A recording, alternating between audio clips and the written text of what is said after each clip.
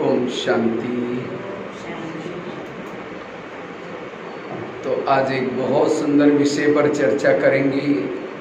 हम सहनशील कैसे बने, सहनशील बनकर के समस्याओं का समाधान कैसे करें, इसके बारे में चर्चा करेंगे। ஒரு முக்கியமான விஷயத்தை நம்ம பேச போறோம். அது பொறுமைத்தன்மையுடைய அவதாரம் எப்படி ஆகுதுங்கிறத பற்றி நல்லா விளக்குவாங்க. क्योंकि वर्तमान समय हर एक के जीवन में जो समस्याएं, प्रॉब्लम है, उन सब का कारण है सहन शक्ति की कमी। இப்போ நிகழ்காலத்தில் மனிதர்களுக்கு இருக்கக்கூடிய பிரச்சனைக்கு ஒரு கஷ்டத்துக்கு காரணம் என்ன? பொறுமைத்தன்மை சக்தி குறைவாக இருக்கிறதுனால தான் ப்ராப்ளம் வருது. क्योंकि जिसमें सहन शक्ति नहीं है उसके अंदर मन में निगेटिव विचार चलते, व्यर्थ विचार चलते हैं। அவருடைய மனசுல கெட்ட எண்ணங்கள் ஓடுது, வீணான எண்ணங்கள் ஓடுது. और जिसके मन में विचार निगेटिव चलते हैं, हाँ, वो वायुमंडल को खराब करता है। हाँ, वो योग नहीं लगा सकता, कर्म योग नहीं लगा सकता।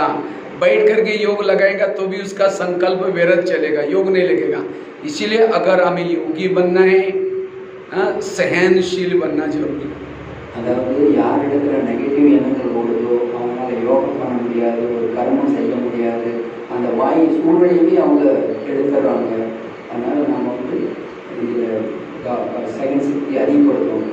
जो सहनशील है वही अशरीरी बन सकता है, वो विधेयी बन सकता है, वो फरिश्ता बन सकता है।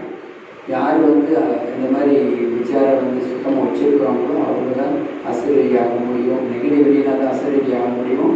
அதே மாதிரி நம்ம फरिश्ता ஆக முடியும். इसलिए हमें सारा दिन हमारे साथ जो कुछ होता है उसको सहन करना, अर्थात मन को चुप रखना। मुख में आजी बाबा की मुरली में थी, मुख में मुलरा डालो, अर्थात अंतर्मुखी बनो। कौन बन सकता है? जो सारा दिन बातों को सहन करता है, वही मन को चुप रखा सकता है। சொல்றாங்க, அதாவது இந்த வியர்த்த சங்கல்பங்கள் இல்லாததா தான் நீங்க வந்து அசரீரியாக முடியும். இப்போ நீ கூட முறையில் சொன்னார் இல்லைங்களா, ஏதாவது பொறுமை சக்தி வேணும் அப்படின்னா நீங்கள் வந்து வாயில அதில் கூழாங்கற்களை போட்டுக்கங்க, அப்புறம் அவங்க வராது நீங்கள் பார்ப்போம் முறையில் சொன்னார். ஸோ அதனால் எவ்வளோ முடியுமோ நீங்கள் பொறுமை சக்தி கடைபிடிச்சு ஆகணும், அது கொண்டு வரணும். सहन शक्ति बड़ी बहन है, बाकी उसकी शक्तियाँ, दूसरी शक्तियाँ उसकी छोटी बहनें हैं।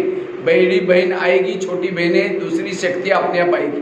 இப்போ செகண்ட் சக்தி வந்து பெரிய சகோதரி, மூத்த சகோதரி, அவங்க நல்லா இருந்தாங்க அப்படின்னா மற்ற சக்தியெல்லாம் சின்ன சகோதரிகள். இப்போ இது வந்துச்சுன்னா எல்லாமே வந்துருக்கும். और दैवी गुण शक्तियों के बच्चे हैं, एक एक शक्ति के 4-4 बच्चे हैं। தெய்வீக குணங்கள் வந்து அந்த சக்தியோட குழந்தைகளாகும். ஒவ்வொரு சக்திக்கும் 4 குழந்தைகள் இருக்காங்க தெய்வீக குணங்கள். अगर सहन शक्ति आएगी उसके साथ में उसके 4 बच्चे भी आएंगे, शांति, एकाग्रता, एक रस और अंतर्मुक्ता। அதாவது பார்த்தீங்கன்னா இப்போ உங்களுக்கு இந்த ஒரு சக்தி செகண்ட் சக்தி வந்துச்சு அப்படின்னா அமைதி வரும், ஏகாக்கிரதை வரும், अंतर्मुक्ता வரும், एक रस வரும். अंतर्मुक्ता அது உணர்வுமா வந்து ஒரே மாதிரி மனநிலை இருக்கும். अगर सहन शक्ति नहीं, निगेटिव सोचा, उसकी शक्तियाँ भाग गई, बहनें भाग गई, दैवी गुण भी भाग गए, वो अकेला महसूस होगा। और जो अकेला है वो असफल हो जाता है, पराजय हो जाता है।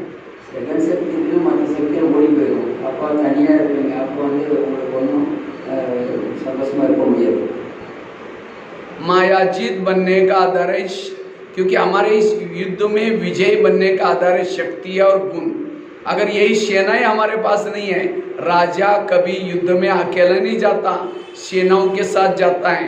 तो हमारी सेनाएं दैवी गुण और दैवी शक्तियाँ, और उसका आधार है सहनशील बनना। இப்போ செகண்ட் சக்தி வந்து ராஜா தனியாக போக மாட்டார், அவர் படையோடு தான் போவார். அப்புறம் குணங்களும் தெய்வீக குணங்களும் சக்தியில் இருந்தால் தான் நமக்கு வந்து வெற்றி அடைய முடியும். அதனால நம்ம இதெல்லாம் தேவை. முதல்ல பொறுமை சக்தி தான் ஆதாரம். लेकिन सहन शक्ति कब आएगी? जब व्यर्थों से मुक्त बनेंगे। थोड़ा भी कहा ये क्यों करता है, ये मेरे साथ क्यों किया, ऐसा क्यों किया, शक्ति गई, शक्तियाँ गई, दैवी गुण गए, अकेला। इसलिए वर्तमान समय हमें पॉजिटिव रह करके सहनशील बनना है। பொறுமை சக்தி அந்த மாதிரி நம்ம அது இல்லை அப்படின்னு வச்சுக்கோங்க, இந்தியா அப்படி செஞ்சாங்க, இந்தியா அப்படி செஞ்சாங்க, எல்லாம் சிந்திச்சுட்டே இருக்கு அப்படின்னா எல்லாம் எனர்ஜி போகுது. அதனால் உங்களுக்கு வந்து சக்தி ஆதாரம் வந்து குணங்கள், அப்போ குணம் போயிருக்கு. இது வந்துச்சுன்னா அதில் கவனமாக இருக்கணும். तो ज़्यादा माताएं बैठी है, माताओं में सहन शक्ति ज़्यादा है कम है? மாதாஸ் நிறைய உட்காந்துருக்கிறீங்க, மாதாஸ் கிட்ட பொறுமை சக்தி அதிகமாக இல்லை குறைவா? माताओं में सहन शक्ति थोड़ी कम होती है, इसलिए माताएं रोती रहती है ज़्यादा। एक तो आंखों का रोना, दूसरा मन का भी रोना। இப்போ பார்த்தீங்கன்னா மாதாஸ் கிட்ட பொறுமை சக்தி குறைவாக இருக்குது. அதனால தான் நீங்கள் என்ன பண்ணுறீங்களாமா, அழ ஆரம்பிச்சிடலாமா, அதனால தான் எல்லா பிரச்சனை வருது அப்படிங்கிறது. और इसीलिए माताओं में जो बातें सहन नहीं हुई वो दूसरों के पास जाकर के बैठेगी और परचिंतन करेगी। माताएं ज़्यादा परचिंतन भी करते हैं और माताओं का ज़्यादा टाइम वेस्ट होता है परचिंतन करने में, क्योंकि सहन शक्ति नहीं है। பொறுமை சக்தி இல்லாதனால மாதாஸ் என்ன பண்ணுறாங்களா, மற்றவங்க போய் சொல்ல ஆரம்பிச்சிடறாங்க, அவங்களால முடியல என்ன சொல்கிறாங்க. இதனால் மாதாஸுக்கு கொஞ்சம் सहन சக்தி குறையும். அதனால் வேறு பிரச்சனை, பரிச்சிந்தனை, பிறரை பற்றி சிந்தனை, பேச்சு இதெல்லாம் வந்து. इसलिए सहन शक्ति की देवी बनो, तब जाकर के शांति की देवी, शक्ति की देवी, गुणों की देवी बन जाएगी और भविष्य में पूजे जाएंगे। सहन சக்தியோட தேவியாக இருந்தா அப்போ சாந்தியோட தேவி, சாந்தியோட சக்தி மற்ற சக்தியில் வரும். அப்போ உங்களை பின்னாடி வணங்குவாங்க, யோகத்தில் வணங்குவாங்க. सहना यही गहना है, बाकी गहने पहनो नहीं पहनो, लेकिन सहन शक्ति का गहना जरूर पहन के रखना। அதாவது பெண்களுக்கு அதை இந்த பொறுத்துக்கிறது தான் வந்து ஒரு நகை அலங்காரமாகும். அதனால் இதை நீங்கள் அணிந்து கொண்டு இருங்கள். जिसने सहन शक्ति का गहना नहीं पहना उसके भ्रुकुटी में आत्मिक स्मृति का तिलक नहीं लगेगा, वो आत्मस्मृति में नहीं रह सकते। அதாவது யார் இந்த புன்னகை என்ற நகையை அணியவில்லையோ அவருடைய நெற்றியில் ஆத்ம திலகம் இருக்காது, அவங்க ஆத்மஸ்திதியில் நிலைத்திருக்க முடியாது. और जिन्होंने सहन शक्ति का गहना नहीं पहना उसके हाथ में दृढ़ता के कंगन नहीं होगी। இந்த செகண்ட் சக்தியோட நகை யார் அணியிலையோ அவங்கள திடத்தன்மை என்ற அந்த கங்கணம் கட்டிக்க முடியாது. जिन्होंने सहन शक्ति का गहना नहीं पहना उसके पाँव में उमंग उत्साह के पायल नहीं होंगे। இந்த செகண்ட் சக்தியோட நகையை யார், பொருள் சக்தியோட நகை யார் அணியிலையோ அவங்க கால்களில் என்ன இருக்க முடியாது, நகைகள் இருக்க முடியாது. जिन्होंने सहन शक्ति का गहना नहीं पहना उसके चेहरे पर मधुर मुस्कान की लाली नहीं होगी। இப்போ அந்த பொருள் சக்தி யார் அந்த நகை அணியிலையோ அவங்களுடைய முகத்தில் வந்து எது இருக்காது, लाली लाली மலர்ச்சி இருக்காது. आजकल दुनिया में तिलक लगाते, वैरायटी कंगन पहनते, पायल पहनते, चेहरा अच्छा दिखने के लिए, लेकिन वो नहीं, लेकिन सहन ये गहने पहनो, ये ज्ञान के गहने पहनो, सदा आत्मिक स्मृति में रहो, सदा दृढ़ता में रहो, उमंग में रहो, मधुर मुस्कान में रहो, तब कहेंगे माता बड़ी अच्छी है, देवी जैसी है। இப்பெல்லாம் நகை நட்டு போட்டுட்டு அழகாக இருக்க விரும்புகிறாங்க. நீங்கள் இந்த பொறுமை சக்தியை நகை போட்டுருங்க, அப்படி இருந்தாலும் சரி, இதை நீங்கள் அணிஞ்சிருந்தீங்கன்னா உங்களுக்கு அவ்வளோ ஒரு மதிப்பு இருக்கும், ஒரு அழகு இருக்கும் அப்படிங்கிறாங்க. और जो जिन्होंने सहन करना सीखा उसके जीवन में शांति है, एकाग्रता है, सारे दैवी गुण, दैवी शक्ति है।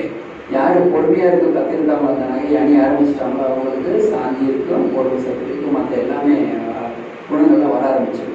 अगर सारा दिन की छोटी छोटी बातों को सहन नहीं किया, योग में बैठेंगे, शुरू करेंगे मैं आत्मा हूँ, शांत स्वरूप हूँ, शक्ति स्वरूप हूँ, फिर कहेंगे मेरे को उन्होंने क्यों बोला, फिर कहेंगे ठीक है मैं आत्मा हूँ शांत, फिर कहेंगे 15 दिन पहले भी बोला था, फिर कहेंगे मैं आत्मा हूँ शांत, फिर कहेंगे सबके बीच में क्यों बोला, उसका योग ही नहीं लगेगा। इसीलिए सारा दिन हमें सब बातों को सहन करना है। பொறுமை சக்தி இல்லை அப்படின்னா என்ன வேணா அவங்க யோகத்தில் போகும்போது அது யோகாவை நான் ஆத்மா இதெல்லாம் நினைப்பாங்க. ஆனால் அந்த இடையில என்ன வருமாமா அவங்க என்ன இப்படி சொன்னாங்க, அப்புறம் மாதிரி ஆத்மா நினைப்பாங்களா, திரும்ப இன்னைக்கு 15 நாளைக்கு படி இப்படி தான் சொன்னாங்க, அப்புறம் கொஞ்ச நேரம் யோகா போனோம், திரும்ப யோகாவே ஒழுங்காக வராதா, திரும்ப அதையே நினச்சிட்டு இருப்பாங்களா, சொல்லி இருப்பதை நினச்சிட்டு இருப்பாங்க. कई तो कहते हैं कब तक सहन करना है, और जो सहन नहीं करते उसके मन में निगेटिव विचार चलते हैं, और जिसके मन में निगेटिव विचार चलते हैं वो शारीरिक रूप से मानसिक रूप से थक जाते हैं। இப்போ யாரெல்லாம் பொறுத்துக்கிடையோ அவங்க உள்ள வந்து நெகட்டிவ் ரொம்ப எண்ணங்கள் ஓடிட்டு இருக்கும். அது வந்து உடலுக்கும் நல்லதில்லை, மனதுக்கும் நல்லதில்லை. उसके चेहरे में खुशी नहीं होगी।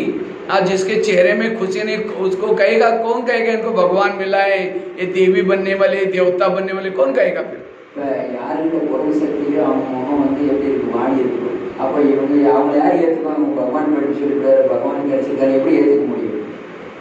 जो सहन नहीं करता, जिसके व्यर्थ विचार चलते हैं, वो योग में बैठेगा, ये आंखें बंद है उसकी, क्योंकि मन से थका हुआ है वो। யார் இந்த மாதிரி நெகட்டிவ் வேஸ்ட்ல இருக்கிறாங்களோ அவங்க வந்து யோகாவில் கொஞ்சம் தூங்குவாங்க.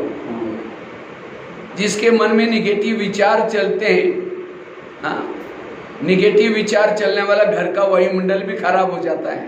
யார் இந்த நெகட்டிவ் எண்ணங்களை ஓடிட்டு இருக்கிறாங்களோ அவங்க குடும்பத்துடைய வீட்டினுடைய அந்த சூழ்நிலையை கெடுத்துறாங்க. क्योंकि जब तक सहन नहीं करेंगे तब तक बड़ा नहीं बनेंगे। எதுவரை நீங்க பொறுத்துக்கிறீங்களோ பெரியவங்களா ஆகவே முடியாது. तो बड़ा बनने के लिए सहना पड़ता है। आज दादिया बड़ी बनी, ब्रह्मा बाबा बड़ा बना, शिव बाबा बड़ा बना, क्यों? उन्होंने सहन किया है। பாருங்க, தாதியர் இருக்காங்க, பிரம்மா பாபா இருக்கிறாங்க, சிவ பாபா இருக்காங்க, எல்லாமே பொறுத்துக்கிறதுனால தான் பெரியவங்களா இருக்கிறாங்க. जैसे यहाँ आप लोग बड़ा खाते हैं, हाँ, यहाँ कौन सा बड़ा, सांभर बड़ा खाते हैं, हाँ, उधर नॉर्थ में दही बड़ा खाते हैं। हाँ, कल बनाया था बहनों ने, मैं कल खाया वहाँ दही बड़ा। दही बड़ा बड़ा कैसे बनता, वो सहन करता है।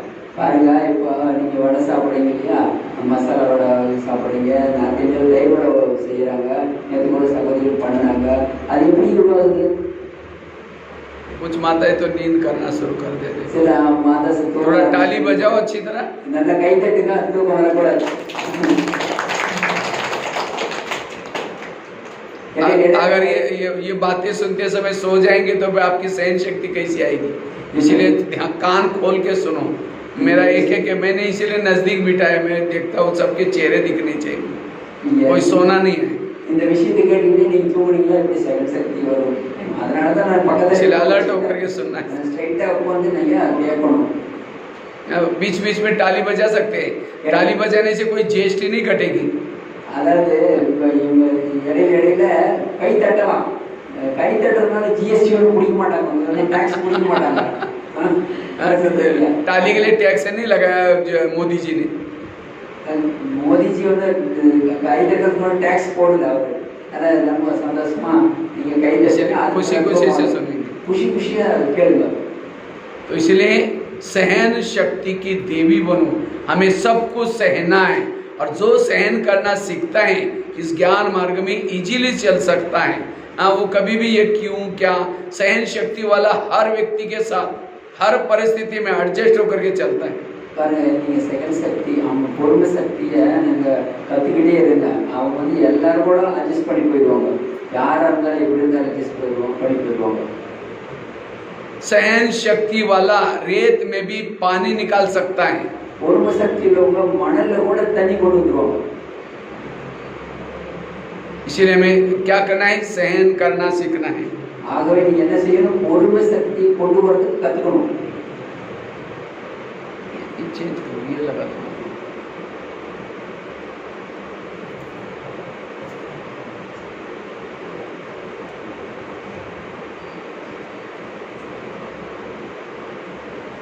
जैसे दही बड़ा बनाया जाता है, दही बड़ा बड़ा कैसे बनता है? रात को उड़द के दाल को पानी में भिगाते हैं, सवेरे उसको मिक्सी में पीसते हैं, आटे को फेंटते रहते हैं। தயிரோட எப்படி உருவாகுது? நைட் ஊற வைக்கிறாங்க, தண்ணியில மிக்சியில் போட்டு ஆட்டுறாங்க, அவர் முன்னாடி என்ன பண்றாங்க? उसके बाद उसको क्या करते हैं? फेंटते रहते हैं। वो जो पीसेंगे वो आटे को पीसेंगे, पीसने के बाद उसको बड़ा सा प्लेट लेकर के उसको फेंटते हैं। कब तक फेंटते हैं? वो ग्लास में पानी डालेंगे, फेंटा वाटा डालेंगे, अगर डूब गया वो उसका वड़ा ठीक नहीं बनेगा, और उसको फेंटेंगे। जब तक वो तैरता नहीं तब तक फेंटते उसको। பாருங்க, அது தண்ணியில கொஞ்சம் ஆட்டி வச்சிடறாங்க இல்லைங்களா, அது கொஞ்சம் தண்ணீர் போடுவாங்க. அது மறந்துட்டு இருந்ததுன்னா அது நல்லா வராது வடை. அது உள்ள ஒரு வரையில திரும்ப திரும்ப ஆட்டிகிட்டே இருப்பாங்க இல்லைங்களா. उसके बाद फिर आजकल मेंदू वड़े की मशीन आती है, उस मशीन में आटा डालेंगे, उसको गरम तेल की कढ़ाई रखेंगे, उसके अंदर छोड़ेंगे, फिर गरम तेल को भी सहन करता है। और कब तक तलते हैं? जब तक करारा नहीं बनता, लाल नहीं बनता, तब तक ऊपर नीचे करते रहते हैं। பாருங்க அந்த வடை போட்ட மிஷின் கூட வந்துச்சு. அதில் போட்டாங்கன்னு வச்சுங்க, அது இப்போ கொதிக்கிற எண்ணெயில் ஒழுங்கிட்டே இருக்கும். அந்த வடை வந்து கொதிக்கிற எண்ணெய் கூட தாங்கி ஆகணும். அதுவும் பாருங்க, அது திருப்பி திருப்பி போடுவாங்க கலர் வர वरेगा। हाँ, पीसा गया, फेंटा गया, तलाया गया, तभी सहन किया। उसके बाद उसको प्लेट में रखते हैं। प्लेट में रख करके क्या करेंगे, उसको निकाल करके ठंडे पानी में डालते हैं। पहले पानी से निकाल करके उसका पानी जोर से निचोड़ देते हैं, तो भी वो सहन करता है। अगर टुकड़े हो गए, मेहमानों को नहीं खिलाएंगे, रिजेक्ट हो गए। பாருங்க அதை வந்து என்ன பண்றாங்க, நல்லா ஆட்டுறாங்க, அடிச்சு பிடிச்சி இது பண்றாங்க, அப்புறம் எண்ணெயில போடுறாங்க. அதுக்கப்புறம் விடுறது இல்லை, தண்ணீர் வச்சுட்டு அதை எடுத்து தண்ணி புளிஞ்சு எடுக்கிறாங்க. அப்புறம் என்ன பண்றாங்க, उसके बाद उसको प्लेट में रखेंगे, दही डालेंगे, इमली की चटनी डालेंगे। इमली की चटनी में भी काला नमक, सफेद नमक, चीनी का बोरा सब होता है। பாருங்க அதுக்கப்புறம் அதோட விடுறதில்ல, தட்டில் வச்சு என்ன பண்றாங்க, தயிரில் என்ன இதெல்லாம் போடுறாங்க, மிளகு கொஞ்சம் மிளகு இதெல்லாம் போட்டு வைக்கிறாங்க। उसके बाद क्या करते हैं, उसको इमली की चटनी डालेंगे, फिर लाल मिर्ची भी डालेंगे, हरा धनिया भी डालेंगे। तब जाकर के बड़ा बना। बड़ा ऐसा नहीं बना, पीसा गया, फेंटा गया, तलाया गया, नमक लगाई, मिर्ची, खट्टी मीठी, सारी बातों से वो बड़ा बना। அதுக்கப்புறம் பார்த்தீங்கன்னா இந்த என்ன சொல்றது, புளி சட்னி பண்ணுறாங்க, அதை போடுறாங்க, அந்த கொத்தமல்லி இலை போடுறாங்க, மிளகா பொடியெல்லாம் போட்டு அப்புறம் தான் அது தயிரோட உருவாகுது। तो इसी तरह अगर मुझे भी बड़ा बनना है, कोई पीसते भी रहेंगे, कोई फेंटते भी रहेंगे, कब तक? जब तक ऊपर नहीं जाएंगे तब तक। कई तो रो रो करके कहते हैं, भगवान मुझे कब तक सहन करना है? वो कहता है तब तक सहन करना है जब तक ऊपर नहीं आओगे तब तक। बड़े को कब तक पीसा फेंटा? जब तक वो तैरा तब तक। இப்போ பாருங்க, ஒரு சிலர் தாக்கு பிடிக்க முடியல, எது வரையில பகவானே நான் போட்டுக்கிறேன்னு கேட்குறாங்க। பாபா சொல்ற, நீ எது வரையிலும் மேலே வர்ற வரையோ அது வரையிலும் இதெல்லாம் போட்டு தாக்கணும்। எப்படி வடை போட்டு ஆட்டி அடிச்சு அப்புறம் தட்டி கிட்டி எண்ணெயில் போட்டு எல்லாம் பண்ணுறாங்க, அந்த மாதிரி நீ பொறுத்து தான் அந்த நிலையை அடைய முடியும் அப்படிங்கிறாரு। कोई फुलाएंगे भी, महिमा करेंगे, हाँ, कोई फिर आपको क्या करेंगे, दबाना भी शुरू करेंगे, परेशान भी करेंगे। फिर कहते हैं ये पहले तो बहुत अच्छे व्यवहार करते हैं, अभी ऐसे क्यों करते हैं? वो क्यों नहीं, बड़ा बनने की प्रक्रिया है, सहनशील बनो। பாருங்க, ஒரு சிலர் முதல்ல நல்லா மகிமை படுவாங்க, அப்புறம் என்ன பண்ணுவாங்க, கொட்டார் வைப்பாங்க, டிஸ்டர்ப் பட்டார் வைப்பாங்க। அது ஏன் அப்படி பண்றாங்க, அப்படின்னு ஏன் பண்றாங்க அந்த மாதிரி? நாம அந்த செகண்ட் சக்தி கொண்டு வரணுங்கிறதுக்காக தான் அப்படியெல்லாம் பண்றாங்க। खट्टी मीठी तीखी सारी बातें आएंगी, कोई चुगली भी लगाएगा, ये ओम शांति भी जाते हैं, ये कुछ नहीं करते, वैसे हैं वैसे हैं, खट्टी मीठी सारी बातें आएंगी। लेकिन सब बातों को सहन करो, और जब सहन करेंगे तब जाकर के सहनशाह बनेंगे, तब देवी देवता बनेंगे। பாருங்க, கசப்பு புளிப்பு இனிப்பு எல்லாம் போட்டு அடிப்பாங்க, ஆனால் எது வரைக்கும் நம்ம பொறுமை சக்தியோட தேவி ஆகிற வகையில் அந்த மாதிரி பண்ணுவாங்க, ஆகணுங்கிறதுக்காக அதெல்லாம் பண்ணுறாங்க। एक पत्थर को भी क्या मूर्ति बनाने के लिए, पूजा करने के लिए ऐसी पूजा नहीं करते, उसको ऊपर छानी हाथोड़ी लगा रही, कितने दिन लगाते तब जाकर के मूर्ति बनती है। एक पत्थर भी सहन करके देवी देवता बन जाता है, तो क्या हम संगम युग में सहन करके 21 जन्म तक देवी देवता नहीं बनेंगे? बिना सहन करते कोई भी देवी देवता नहीं बन सकता। ஒரு கல்லு கூட அடி மேல அடி வாங்கி தான் என்ன ஆகுது, சிலையாகுது, அதுக்கப்புறம் தான் அதை வழிபடுறாங்க। அதே மாதிரி நீங்க தேவதையாகனா எல்லாம் கொடுத்துத்தானே ஆகணும் இல்லையா? इसलिए कभी भी आज से संकल्प नहीं चलाना है, कभी भी रोना नहीं है, ये क्यों क्या। अगर रोएंगे, निगेटिव सोचेंगे, गुस्सा आएगा, और जो गुस्सा है वो देवी नहीं बन सकती। பாருங்க, அதே மாதிரி நீங்க உங்களுக்கு எத்தனை பிரச்சனை வந்தாலும் சரி, நீங்க வந்து கொடுத்துதான் ஆகணும்। கோபப்பட்டீங்க அப்படின்னு நீங்க தேவதை ஆக முடியாது। हम अभी भट्टी में गए थे, भट्टी वालों को पूछा इसमें से गुस्सा किसको किसको आता है? सभी ने हाथ खड़ा कि हमको गुस्सा आता है। भट्टी நடந்துச்சுங்களா, அப்ப எல்லாத்தையும் கேட்ட யாராவது கோபம் வருது, அப்ப பார்த்தீங்கன்னா எல்லாரும் கை தூக்கிட்டாங்க। तो आप में से भी आता होगा, உள்ள கூட கோபம் வருது இல்லையா? हाँ, किसको किसको आता है? हाथ खड़ा करो। யாராவது கோபம் வருது, கை தூக்குங்க। सभी को आता है। ये गुस्सा क्यों आता है? क्योंकि सहन शक्ति नहीं है। हाँ, हाँ आता तो परसेंटेज तो आई ना अंदर तो भरा हुआ है। சிலையோட கோபம் வந்துச்சு இல்லையா? எல்லாருக்கும் வருது. அது ஏன் வருது அப்படின்னா பொறுத்து கொள்ளக்கூடிய சக்தி இல்லை. அதனாலதான் உங்களுக்கு என்ன வருது? अगर कोई मूर्ति है, मूर्ति को जाकर के आप गाली दो, तुम तो खराब है, तुम ऐसे हो वैसे हो, मूर्ति ऐसा हाथ के बजाय हाथ नीचे करते, चेहरा पीछे करते। பாருங்க, ஒரு சிலைகிட்ட போய் நீங்க திட்டு, நீ இந்த மாதிரி மோசம் அது இருக்கிறது, அது என்ன கையை மேல வச்சு கூட கீழே போட்டுதான் மோத்த திருப்பிக்குதான்। तो मूर्ति भी वो दुआएं देती है, वो मूर्ति भी उसको गाली दे कुछ भी करे तो भी दुआएं देते हैं।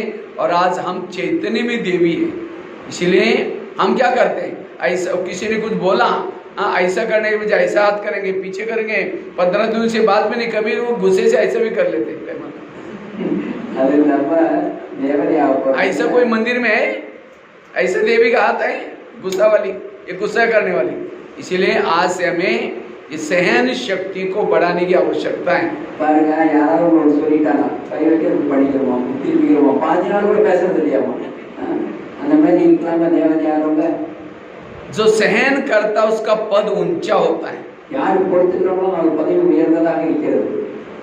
एक शिल्पकार था, उसको मूर्तियां बनानी थी, तो एक पत्थरों के ढेर के पास आया। ஒரு சிற்பி அந்த சிலையா போன கல்லு நிறைய எடுத்து வந்து பார்த்தாரு। तो एक पत्थर लिया, उसके ऊपर छने रतुरा लगाना शुरू किया। 3 दिन के बाद उस पत्थर के मन में आता है, इतना पत्थर छोड़ पड़े, उन सबको छोड़ करके मेरे पीछे क्यों पड़ा हुआ है? वो टूट गया तो कोई काम का नहीं, उसको बाजू में रखा। फिर उस शिल्पकार ने दूसरा लिया, முதல்ல ஒரு கல் எடுத்தாரு சிலை பண்றதுக்கு, அது 2-3 நாள் அடிச்சுட்டே இருக்காரு, இத்தனை கல்ல எண்ணெய் எடுத்து அடிச்சுட்டே இருக்கிறாரு அப்படின்னு அது சகிச்சுக்க மாட்டேன் அப்படின்னு தான்। அப்புறம் உடஞ்சி போச்சோம், தூக்கி தனியா போட்டாரு। फिर दूसरा लिया, उसके ऊपर मारना शुरू किया, छने रतुड़ी लगाना शुरू किया। 6 दिन के बाद उस पत्थर के भी मन में आता है, इस सब पत्थर को छोड़ करके मेरे पीछे क्यों पड़ा है? वो भी टूट गया, उसको छोड़ दिया बाजू में। அடுத்த கல் எடுத்தாரு, அதை 6 நாளா அப்படியே கல் உளி வச்சு அடிச்சுட்டே இருந்தாரு। அந்த கல் என்ன நினைச்சுன்னா, இது என்ன கல் விட்டு என்னையே எடுத்து பின்னாடியே கிடக்கிறாரு அப்படின்னு நினைச்சுதான் அப்ப உடஞ்சிருச்சான், அதையே எடுத்து உடம்பு வச்சுட்டாரு। फिर तीसरा लिया, 9 दिन के बाद उसके भी मन में आता है, इतने सारे पत्थर पड़े, उन सबको छोड़ करके मेरे पीछे को पड़ा, वो 9 दिन के बाद वो भी टूट गया। அடுத்த கல் எடுத்தாரு, 9 நாளா அதை சிலவடிக்கை பண்ணிட்டே இருந்தாரு। அது கொஞ்ச நாளான பொறுமசைக்கு இழந்துருச்சு, அது என்ன சொல்லிச்சு, இத்தனை கல் கிடைக்கு என் முன்னாடியே இருக்கிறார் அப்படின்னு நினைச்சு அது உடஞ்சி போச்சு, அதை தூக்கி உடம்பு வச்சுட்டாரு। फिर चौथा लिया, चौथा भी 12 दिन के बाद वो भी टूट गया, वो उसको भी छोड़ दिया। तो शिल्पकार को लगा सारे पत्थर भी टूट गए, मैं मूर्ति बना के ही छोड़ूंगा, वो बहुत देर था पड़ा। அதாவது 4வது கல் 12 நாள் கொடுத்துச்சு, அதுவும் அது மாதிரி நினைச்சது அது உடஞ்சி போச்சு। அடுத்தது சிற்பி என்னன்னா சில வடிச்சத்தையும் ஒவ்வொருதெல்லாம் எடுத்து மூடி வச்சு அடிக்க ஆரம்பிச்சிட்டாரு। फिर 5वां लिया, 5वां पत्थर सोचता है वाह मेरा भाग्य, ये तो मेरी मूर्ति बन रहा है, मेरे पर छने रतुड़ी लग रहे, वाह वाह करते करते सहन करते करते 100 दिन हो गया, उसकी सुंदर मूर्ति बनना शुरू किया, आकार आ गया, मुख बन गया, कान बन गया, आंखें बन गई। तो शिल्पकार बड़ा खुश हो गया, तो 100 दिन के बाद सुंदर मूर्ति का रूप धारण किया उसने। அடுத்த கல் எடுத்தாரு, அவரு அது வந்து ஆகாயனுடைய பாக்கியம், மூர்த்தி நல்ல சிலையாக போறேன் அப்படின்னு சந்தோஷமா இருந்துச்சு, நல்லா பொறுத்துக்குச்சு। 100 நாள் அதை அடிச்சு அழகா சிலை பண்ணினாரு, அவ்வளோ அழகா பண்ணிட்டாரு। तो उस मूर्ति को उसने क्या किया, एक बैलगाड़ी में रखा और पूरी गांव की परिक्रमा किया। तो कई माताएं फूल डाल रहे थे, मूर्ति को देखते नमस्ते कर रहे थे, क्यों? उसने सहन किया था।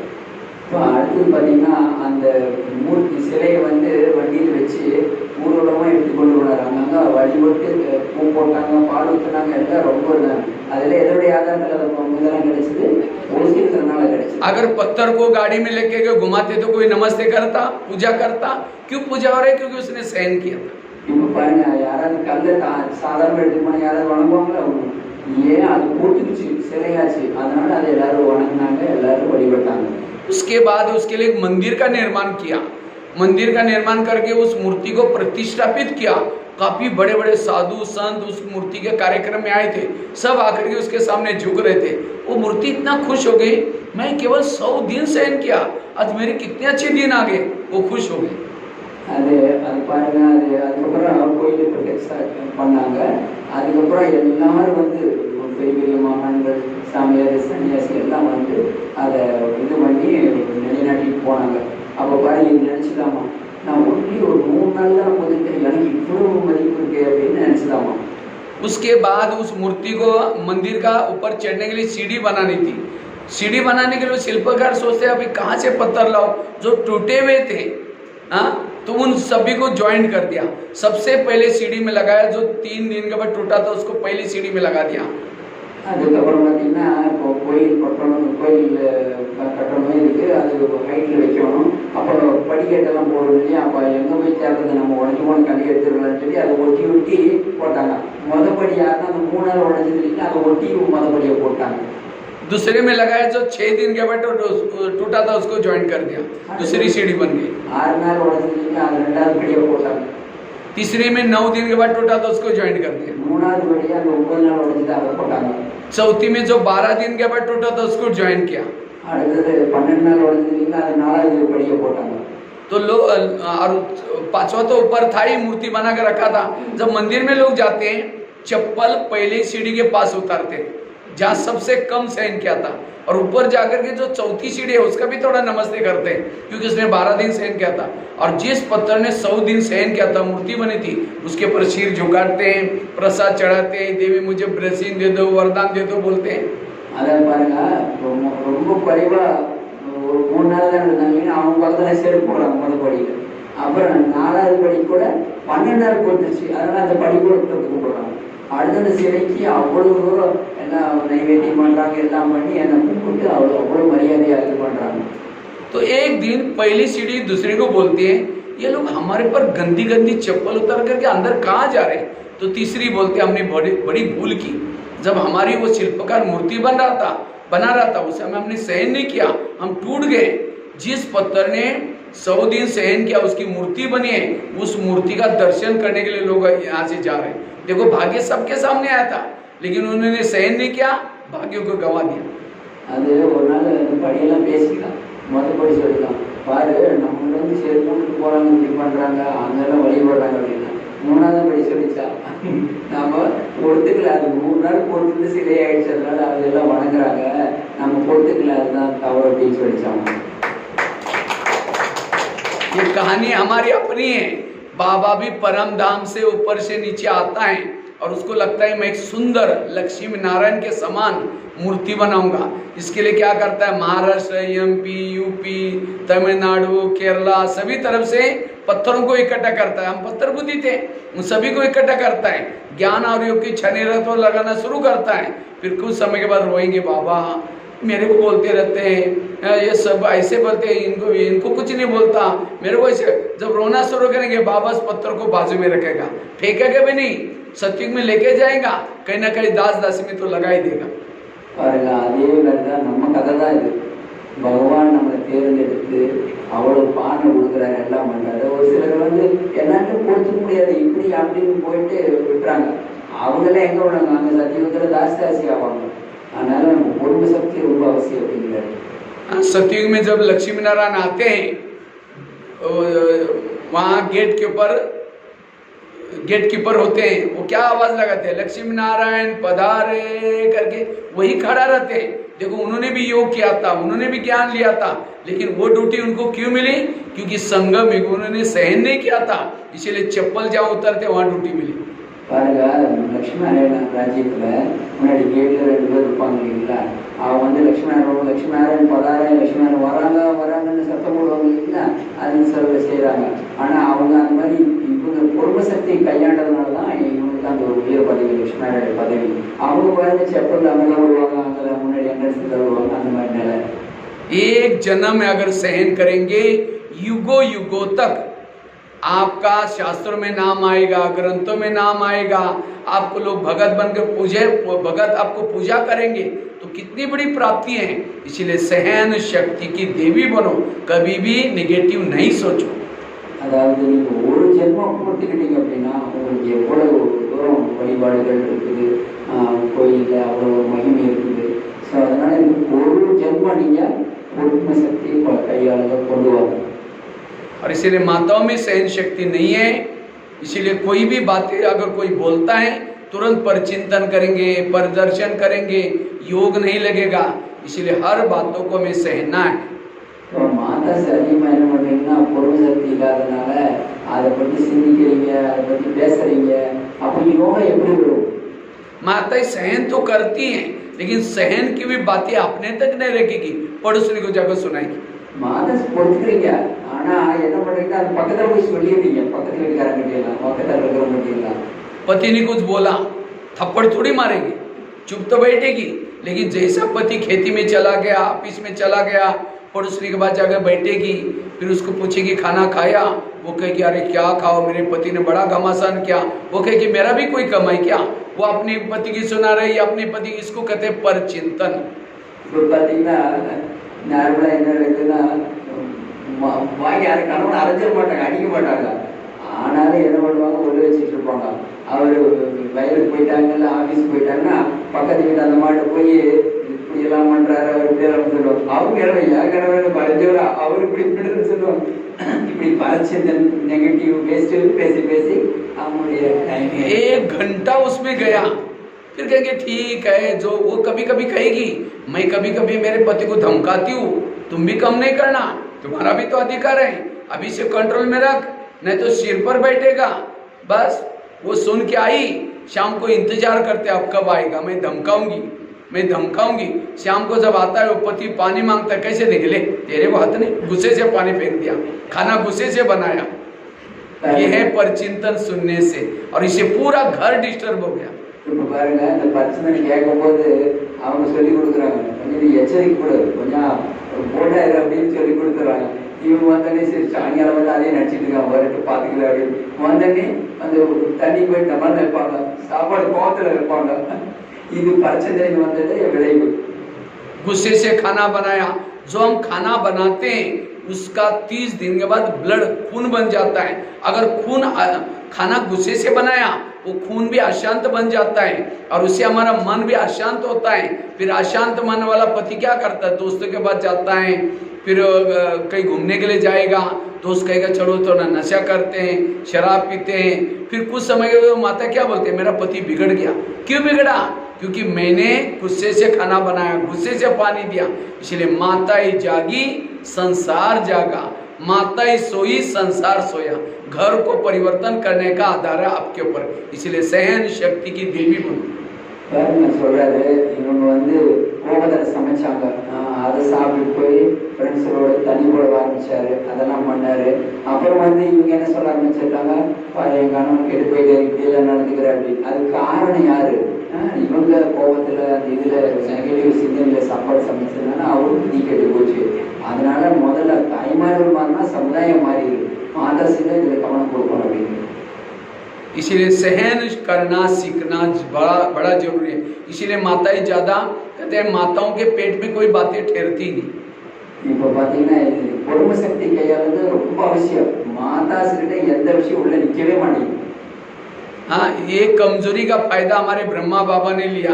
इसीलिए ज्ञान का कलश माताओं के सिर पर रखा हुआ है। இதனுடைய நன்மையை பலனை யார் எடுத்துக்கிட்டாங்கன்னா பிரம்மா பாபா। இதனால எது ஞானத்தை சொன்னா மாதா செலவில் போய் சொல்லிட வச்சு அவங்க மேல கலசத்தை வச்சுட்டாரு பிரம்மா பாபா। इसीलिए माताओं को इसीलिए दिया है क्योंकि माताओं के सिर पर रखने से माताएं जो सुनेंगी सबको सुनाएंगी। इसीलिए हर क्लासेस में माताओं की संख्या ज्यादा होती है। இப்போ பார்த்தீங்க ஏன் பிரம்மா பாபா கலச தாய்மார்கள் வச்சாருன்னா மாதா தெரிஞ்சுக்கிட்டாங்கன்னா அவங்க போய் எல்லாத்தையும் சொல்லுவாங்க। அதனாலதான் மாதாவுடைய ஸ்ட்ரென்த் அதிகமா இருக்கு எல்லா இடத்துலையும்। क्योंकि माताओं को पता है कि माउंट आबू से भाई आए, उसको भी बोले कि तुम भी आना, तुम भी आना। इसलिए माताएं ज्यादा आती हैं। भाई लोग देखो गिने तो एक लाइन ही है, और आप लोगों की 4 लाइन।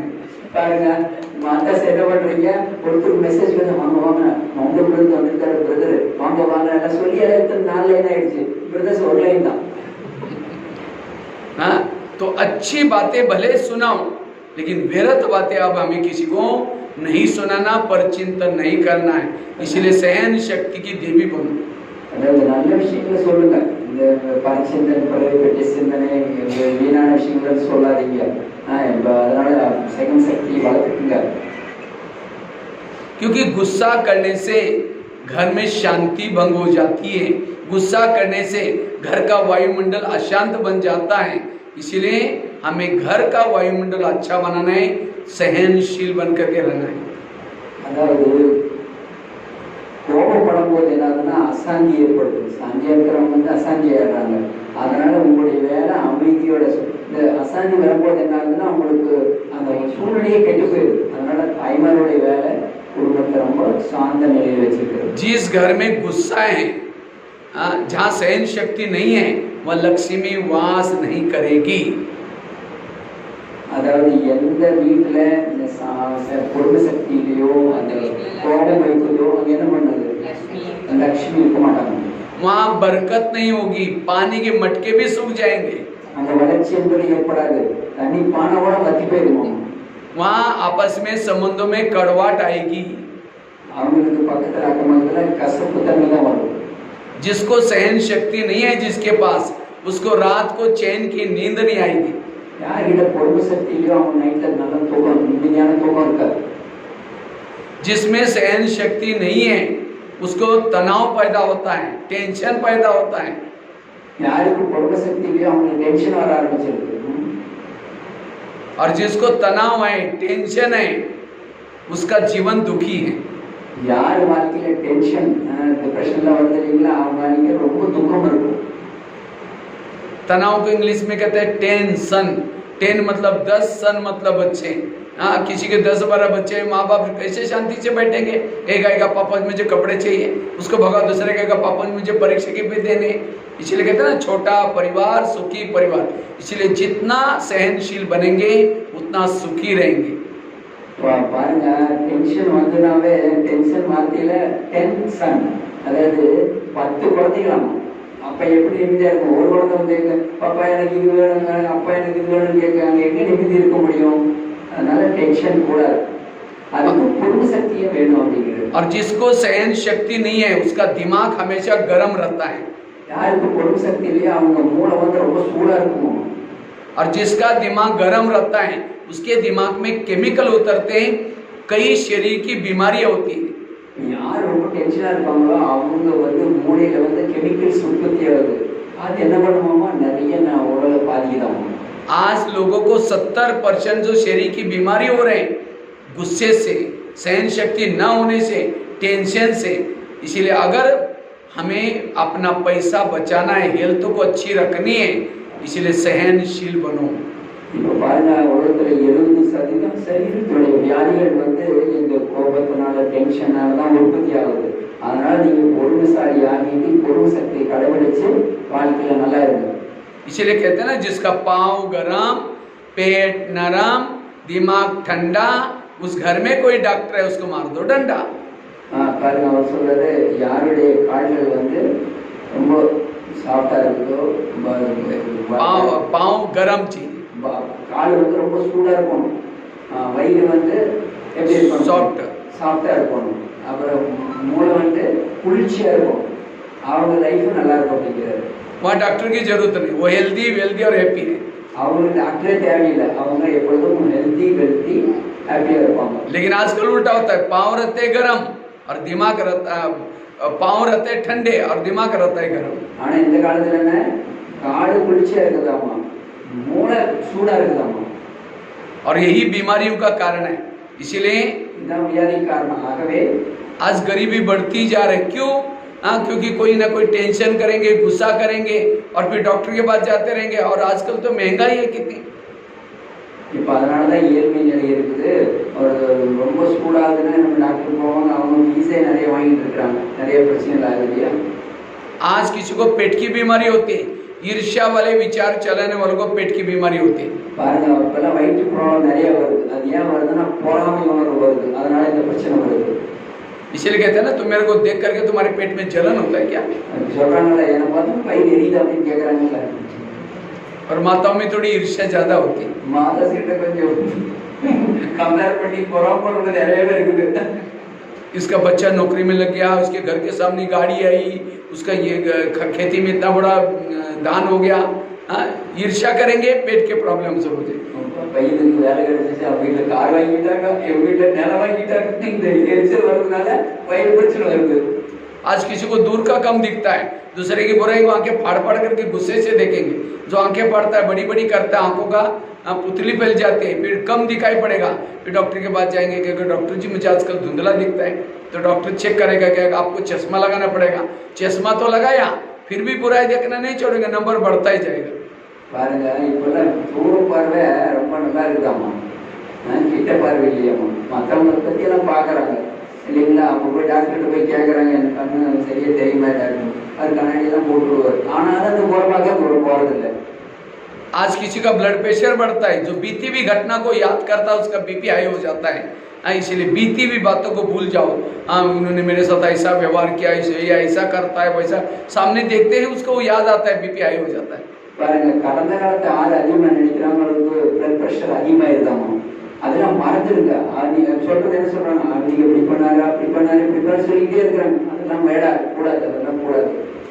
आज किसी को अस्थमा होता है, दमा, कोई भी बातों को पेट में दबा करके क्या हुआ, कुछ नहीं, अरे बताओ नाराज है, नहीं नहीं कुछ नहीं हुआ, बहुत कुछ है, दबा कर रखेंगे, दमे का प्रॉब्लम। எந்த விஷயத்தை உள்ளே அடைக்கிறாங்க, இருக்கு ஏதோ என்னாச்சு, ஏன் ஒரு மாதிரி இருக்காங்க, இல்லை ஒன்றும் இல்லை ஒன்றும் இல்லை ஒன்றும் இல்லை உள்ள வச்சுக்கிட்டே அழுத்திட்டு இருக்காங்களா, அவங்களுக்கு நிறைய வலி அதிகமாகுது.